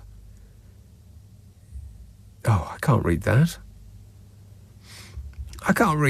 That's not pleasant. I mean, alarm bells started ringing in my mind just at the word plop. And I decided to save you any unpleasantness. Will texts, balanced, measured, full of grace, decorum and gravitas is how Daffy Duck looks next to Liz Truss. Absolutely. She does look completely lost, doesn't she? As though she's carrying on giving a speech as the building is on fire and everybody is rushing for the exits, but she can't compute that. She knows that something is wrong, but she just carries on with the speech anyway. She does have the appearance of somebody whose brain has been taken over by some external force. She knows she's talking nonsense, but she just can't help herself. Like the Misterons. Anybody remember the Misterons? Nathan says, maybe the Conservative Party would adopt the dead lion being swarmed by bees for their logo if lions are no longer using it. And on the subject of oat milk, Dave texts, how do you milk an oat? It's the same as milking a goat, but different in every regard. Devon, hello, Rose. Too late. Let's have Tamworth. Andy. Hello, Nick. How are you doing? Good, thanks. Right. They've had a bit of trouble in Plymouth with a bomb, haven't they? Yes, they have. What was that, about half a ton? I don't know how much it weighed. It was a big one. Right. Well, anyway, that was a German one, wasn't it? Okay. Right. We had an RAF bomb. They called it the Tall Boy. Now, it was so big, the Lancaster could barely carry it. Mm-hmm. And we stored all these at this base. It was called Chilmark. And apparently, they had one on the front gate for people to look at when they were coming in and out. Anyway, when they closed the base, they found out that it was live. How about that? It was about £10,000, I think it was. It was huge. Blimey. It was about, I don't know, it was massive. You think somebody would investigate that? Well, look, not too close. Well, before somebody tapped their pipe on it, it could have caused a bit of a mess. Exactly. Before putting it at the front gate, you'd think that somebody would take a peek. There's a bit of confusion there, I think. But anyway, they found it in the end when they closed the base. And then somebody found it and had looked and said, do you know what? That's a real one. I said, really? How'd that happen? I said, we don't know. Take it away carefully then. All right. Off it went. So a happy ending. All right, good to know. Thanks a lot, Andy. Devon. Hello, Rose. Oh, hello, Nick. There I'm you sorry, are. I missed my cue. Yes, I'm here. The hair was in the way of the phone, you see, and I took the phone away from the ear. I understand. It's just about the voting. I just wanted to say, voting, not voting, or who you put your cross by has consequences. That's Correct. what it's about. That's what it's for. Mm-hmm. It's not for striking some sort of pose and saying, well, I'm not going to vote because I don't think any of them are any different from, or I'm going to vote against Keir Starmer because he said this, and then march into the blimmin' thing and put a cross by some random person. Keir Starmer won't know. He doesn't know you. It makes me furious, Nick. The point is, once every 5 years, we might be able to have some influence on who is actually running our lives. Yes, and it might not. Look at what's happening now. Right, it might not get better immediately, but in the future, by some small increment, it might get better eventually. Yes, and if you have to make your own choice. But if it so happens that you look at what's happening in the country now and you think, I definitely don't want these people, you have to do something about it. And the way you do something about it is not strike some pose and some attitude, me, this. It's to think, in what way can I make it most likely, with my contribution, that these people will be out? That's all you have to do. Yes, or if you are delighted with the way things are going, that you would want them to be in. Yeah. I completely agree in every way, shape and form. And I'm past the news, Rose, but thanks for that. Appreciate it. Yeah, you must vote.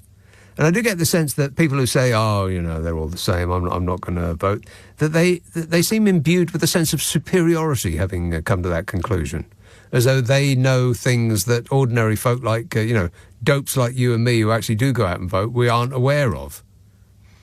But I think that the opposite is true. I don't think there's anything to be to feel superior about not voting.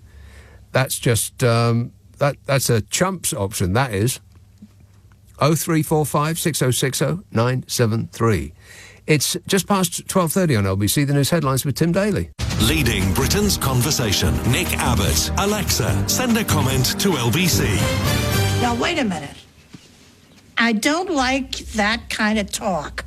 Now, just stop it. It upsets me. Ruben says, if you think avocado on toast is expensive, try being gluten intolerant. Bread is quadruple the price. Yeah, and it tastes horrible as well. Don't forget that.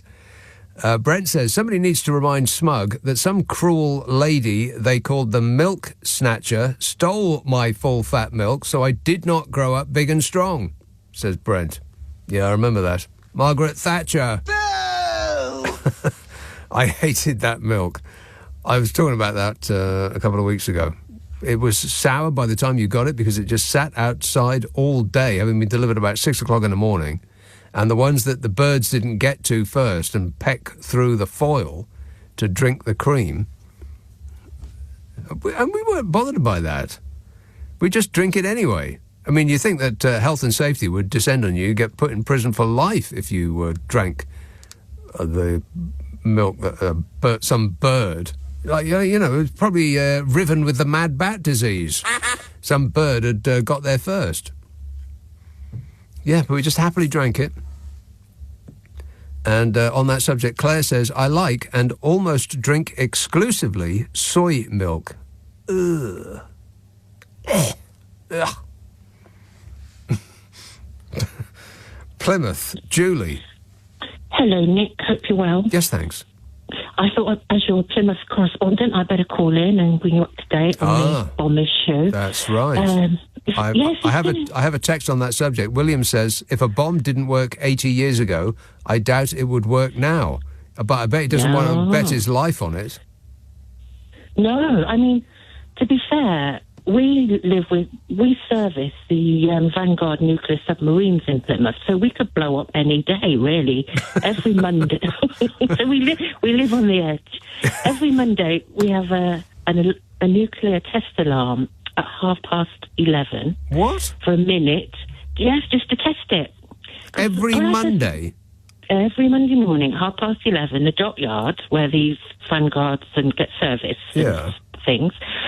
We have an alarm, and it's the nuclear test alarm. So if you don't hear it on a Monday, worry. If it's on a Monday, that's fine. That's just the test.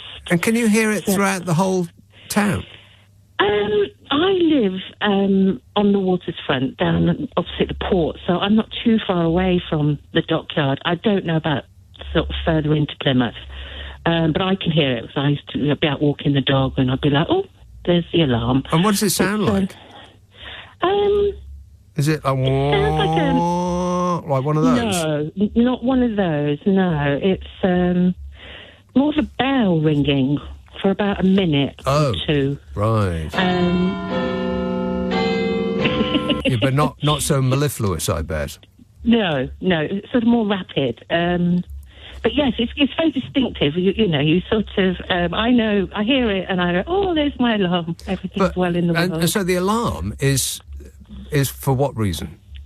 Because they work on the Vanguard submarines, which carry the nuclear deterrent. Right.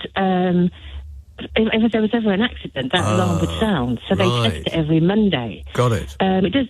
So that's why. So, but yes, we live on the edge. I have like Aerosmith, living on the edge. But here is the problem with that little scheme, that if they do it at the same time every week, just imagine that there had been some sort of nuclear leak, coincidentally, at that very time. You'd just ignore that siren, wouldn't you? Well, it would carry on, though. It wouldn't just be for that minute, and then you'd think, because you can literally time it by your watch or your clock. It's like 11:30 till 11:31 or 32. If it carried on, oh yes, we have a problem. But what about people who work at night and they sleep during the day? What about them? Yes, well, you'd have to hope somebody wakes you up. No, what I'm saying is that if you work all night, then 11:30 in the morning might be for everybody else who has a regular schedule. It might feel like sort of 5 o'clock in the morning to them. So that seems like a cruel and unusual punishment. Like I don't know, like a baker, for instance. They work all night and then he gets tucked up at 9, 10 o'clock in the morning, and then is woken up every Monday an hour later. Yes, that's true. I mean, maybe earplugs if they live really near the port. I think some of the port workers are shift workers, and maybe they do live around there. So, yes, of course, maybe they get used to it. But, I mean, I can hear it a few miles away, and I find it comforting. At first I was a bit like, what is this going on? And then I actually seen a nuclear sub going out, and I was like, oh, okay. And it's such a busy channel of water. So today, the built-up area and the evacuation of a few thousand people for a big 300-metre radius. But then they evacuated the route down to the sea. Yeah. And schools were closed, businesses were closed, trains stopped running because of vibrations, buses stopped running, everything. So, I mean, I know, but they've got it down to the sea, and I believe it's been towed out. But that's such a busy bit of water because we have ferries that go to France and Spain. We have yachts, sailboats, we have warships. Yeah. You know, it's a very busy channel. So I might see a puff of water tomorrow. And you got the ferries going back and forth to the island. Yes, and, you know, sort of over to Cornwall, and you've got fishermen and trawlers. Yeah. And it's a very, very busy piece of water. So they're going to blow it up in the sea? They've gone beyond the breakwater, which then, that sort of gives us our sort of protection, our port protection and that. And then we're very lucky because this is a military city. We have the Royal Navy, submariners, and we have Royal Marines. So we've got all the people we needed. We're very fortunate in that way. And they will put it so many feet underwater, and then a diver will go down, attach detonators. He or she will clear the area, and then they will explode it. And again, they've got to... Well, you see, that's okay. And then they made sure that, people aren't going to be harmed. But what about the fish? Fish are people too, you know. We do have a marine biology centre here. So I imagine they've spoken to them and they will be telling them, because we have a lot of divers as well. Honestly, they'll be like, well, we have like a little pod of this that are regular in this area. And they probably do know an awful lot about the mammals out there, because they go out and study them, and we have an awful lot of divers too. So, I mean, I think I'm hopeful. I think they've done ever so well so far. Right. And I'm so glad you survived yours, because you were not looked after. Exactly. Yes. Quite right. So funny. Yeah. And just before I go, have you tried avocado on toast with a poached egg for brunch? That would be lovely. Well, I haven't tried it, but I'm just thinking about how that would be. Poached egg on avocado. That seems...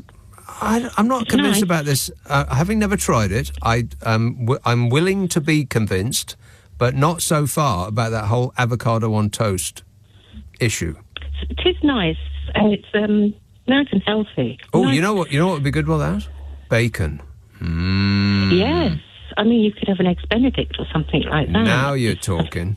Just pop a little bit of avocado by the side. Were you in Plymouth in July 2 years ago? I was, unfortunately, yeah. Do you remember it? Yes. When it was the same area. The siren sounded at 2 o'clock rather than 11:30, which is what it's supposed to do. Yes, and one of the dock workers accidentally did the siren. Yes. Right. And then what happened? Nothing. I bet people didn't do anything. No, we didn't. I noticed it, but for some reason we didn't do anything. You're right. I must admit, if that goes off at any other time, I don't think we'd do anything. No, you won't at all. What could you do? No.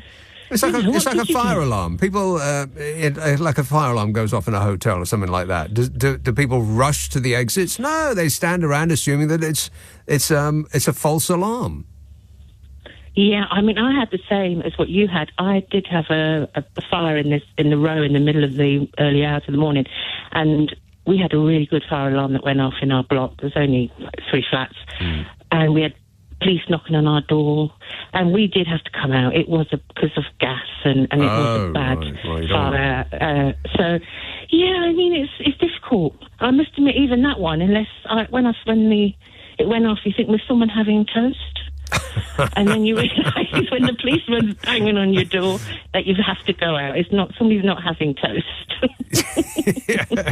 No, it's a nuclear accident. The fallout will cause your face to melt. It's not toast. All right. Okay, well, keep your eyes peeled and your ears open at all times, Julie. Thanks for that. Plymouth's nuclear siren caused panic across the city on Monday, July the 4th in 2022, after it sounded at 2 o'clock, hours after the usual test at 11:30. The Devonport Naval Base siren has never been sounded for a real event, but is part of a robust safety plan in case there is ever an emergency. And every time that a government institution uses the word robust, I have this in my mind. Warning, warning. It usually isn't robust. That's just an odd word. No one would ever really use that in common parlance, would they? nor would they use the word parlance. 0345 6060 973, Friday, Saturday, Sunday night at 10, Nick Abbot, LBC. Coming up at 1 on LBC, Clive Bull. Reform UK's draft manifesto is to be unveiled today, promising large tax cuts. Would that make you vote for them? Clive Bull on LBC. This is LBC with Nick Abbott. Call 0345 6060 973. Tweet at LBC. Text 84850. Come on, we're running late. We are running late. Hugh texts the following. I'll tell you what I had to eat, Nick, today. 2 packets of bourbon biscuits for starters. 2 packets of bourbon biscuits for starters. Followed by 200 gram of lean bacon, 200 gram of chicken breast, 100 gram of lentils, 100 gram of extra strong white cheddar cheese, 1 kilogram of potatoes, 3 small onions, 1 large carrot, mushrooms, herbs, garlic, salt and pepper. Blimey, what are you, a donkey? How can you eat all that? He says, all done in a pressure cooker. You add the cheese, the salt and pepper and a knob of butter when it's done, and then get the lot to a good texture with a hand blender. 2 small packets of biscuits and 1.5 pints of soup have done me today.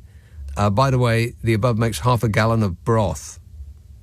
Well, that actually doesn't sound that bad, does it? Although you lost me at lentils. Lentils. It's like eating dirt. Not a big fan. Winchester. Hello, Simon. Nick, good evening. Yes, Simon. I'm going home in a second for some chocolate shreddies. Chocolate shreddies, did you say? Yeah, chocolate shreddies. Do they make those, or do you... Yeah, well, Really? I hope so, because I've been eating them for the last 2 days. I've never heard of that. That sounds great. Chocolate Yeah, go on. shreddies. Chocolate Weetabix should be a thing as well. In fact, chocolate everything. Yeah, why not? Now, look, I want to talk about the Supreme Court, but I, throughout my travels, sometimes end up quite regularly in McDonald's and other fast food outlets, car parks. Car parks? And, yeah, and a few times now where I've seen some scrote throw their rubbish out the window, you know, because they can't take it to the bin, I've gone up, picked it up, and given it back to them. Uh-oh. Warning, warning. Don't do that. I was thinking, it's a bit disrespectful us taking the Germans' equipment away and destroying it. Yeah. We should give it back to them. Instead of dragging the bomb out to sea and blowing it up, we should... Right, okay. Same sort of principle. Might be a little extreme, just for littering, but yeah, okay, why not? Let's give it a go. It's worth a shot. At least I get the scrap metal value out of it. Yeah. What I can't understand, right, maybe you've got the answer to this, why does it take the Supreme Court in the United States of America so bloody long to make a decision? About what? About anything, but in this instance, Trump. Now, even Arthur Engoron, who gave Trump the nice bill of 350 odd million plus interest, it took him over a month to come up with that. Or he could have done that the same day. I'm a little lost as to where we're going, or in fact where we've been. No. It's just purely like, why does it take them so long? So they had the hearing and the lawyers about his immunity and about whether he's staying on the ballot. They had all that like 3 weeks ago, didn't they? We're still waiting to hear now. I could have decided that day. Why are we waiting 3 weeks? Because there's a lot of us out here that basically want to see that guy get what's coming to him. Don't make us wait. He's not going to get what's coming to him. Not in this or any other life. He just seems to be one of those people that can just barge through life, sending people flying hither, thither, and yon, and none of his and none of it ever touches him. He isn't going to pay any of these fines. If they do get paid, someone else will pay them, not him. Betcha. But But I have been otherwise mentally engaged while we've been having a chat to Simon, because I have just found out the existence in real life of chocolate Weetabix. So I've been thinking of other things. I'm staring at a picture of the box right now, and it looks. I could do with a couple of packets of those right now. As a matter of fact, I could chew through them dry. Thanks, Simon. 0345 6060 973. See, I didn't even know that I wanted it until I found that it existed, and now I want it more than anything I can think of in my whole life. Ooh, can you imagine? Mitcham, Leroy. Yes, Nick. Yes, Leroy. Yes, I've got a solution for the voting. Go ahead. Right, what do they do in Australia? They don't let the natives vote, do they? The natives don't vote there, so we could do the same thing here. It would solve everything. Just let the immigrants vote. You would never have had Brexit. You wouldn't have had the Conservative government in. You wouldn't have these foreign wars. And, that's the way forward. Problem solved. Yes. Well, that's as long as you don't say anything controversial, then that's great. And about Harry and Meghan, why are they getting so much flack? I think King Charles, we wish him well. Mm-hmm. Long live King Charles. But we should have a referendum in the Commonwealth to see if we want Harry and Meghan as our future king and queen. And I think that is the way forward. Right. It could be the king and queen of the whole of the Commonwealth.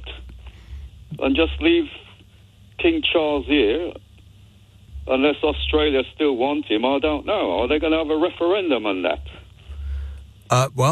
Once again, you're saying things that aren't in any way controversial, and you are certainly not rubbing people up the wrong way. And also. And another thing, yes. This conscript for the military, these young people that want to join up, why would they want to go and join up to fight foreign wars? Young people these days want to enjoy themselves. They want to go and enjoy themselves, not to sign up for the military. I mean, for goodness sake, who's going to invade the UK? What resources have we got here? You tell me what resources we got for them to invade us for. Right, well, we got chocolate Weetabix for a start. Yes, cornflakes. We've got a new logo on our sugar syrup. Yeah, that's Titan Lion, that's foreign as well. That's sugar cane from the Caribbean. Yeah. Okay, so what do we make here? Yeah. I don't know. I don't know. Sewage? We make sewage in the river? Well, we make our own sewage. Yeah, that is true. Yeah, that's something to be proud of. What a lot of sewage we've got. Yeah. And it's the best sewage, too. Nobody makes sewage like we make it. Nobody can spread it around with quite as much aplomb as we apply to the spreading of our sewage. Yeah, good point, Leroy. And Meghan, play one for them. Yeah, yes. Absolutely. All right, thanks a lot, mate. He's talking all over that beautiful song. You believe that? Yeah, we make cars for the Japanese. I give in. What do we make here? We make cars for the Germans. I've run out.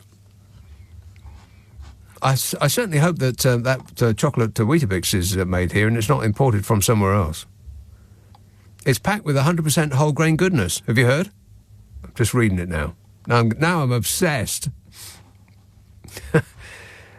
Is there a supermarket open nearby? I think I'm going to have to visit. Monica texts, I love avocado on toast and off toast, and I'm proud to be a woke pensioner. Okie dokie. That lady was so cross. That lady who was so cross should know that they are not dear. You can get 5 in a bag to ripen at home for a couple of pounds from that shop that starts with an M and ends with an S. Cheaper than apples, which I hate, says Monica. Well, that's unreasonable. You hate apples. That seems an extreme reaction to something that's so benign. We're going to have to look into that. Now, I will return this evening. If you missed any part of this show, by the way, it does get put up the internet as a podcast. It's called Nick Abbot, The Whole Show Podcast. We take the news and most of the ads out, mostly, which means it takes less time to listen to. You'll use less electricity. And with the money you save, you'll be able to buy a chocolate version of your favourite breakfast cereal. If you missed any of today's show, you can listen back on Global Player, the official LBC app, where you can also pause and rewind live radio. By the way, if you've got one of them stupid smart speakers, the magic phrase is play Nick Abbot, The Whole Show Podcast. If you do not have Global Play, you can get it for free from your App Store or globalplayer.com. I'll be back tonight and Sunday, and, by the way, all next week at 10 o'clock. Extra shows for good behaviour. Coming up at 4 on LBC, it's Ollie Dugmore. But first, Clive Ball. Nick, thank you. And after the news, Reform UK's draft manifesto is going to be unveiled today, apparently, promising large tax cuts. Is that something that would make you vote for them? Why are they rising in popularity? Germany has voted to legalise the recreational use of cannabis, allowing people to grow 3 plants at home. Should the UK do the same? And police could get the power to disqualify people who are drink driving instantly at the roadside. So, do we need these sort of tougher punishments for people under the influence? That and much more coming up after the news at 1 on LBC. On your radio, on Global Player, and Play LBC. Leading Britain's conversation. This is LBC. From Global's newsroom at 1 o'clock. The UK's foreign stock. The UK's foreign stock. The UK's foreign stock. The UK's foreign stock. The UK's foreign stock. The UK's foreign stock. The UK's foreign stock. The UK's foreign stock. The UK's foreign stock. The UK's foreign stock. The UK's foreign stock. The UK's foreign stock. The UK's foreign stock. The UK's foreign stock. The UK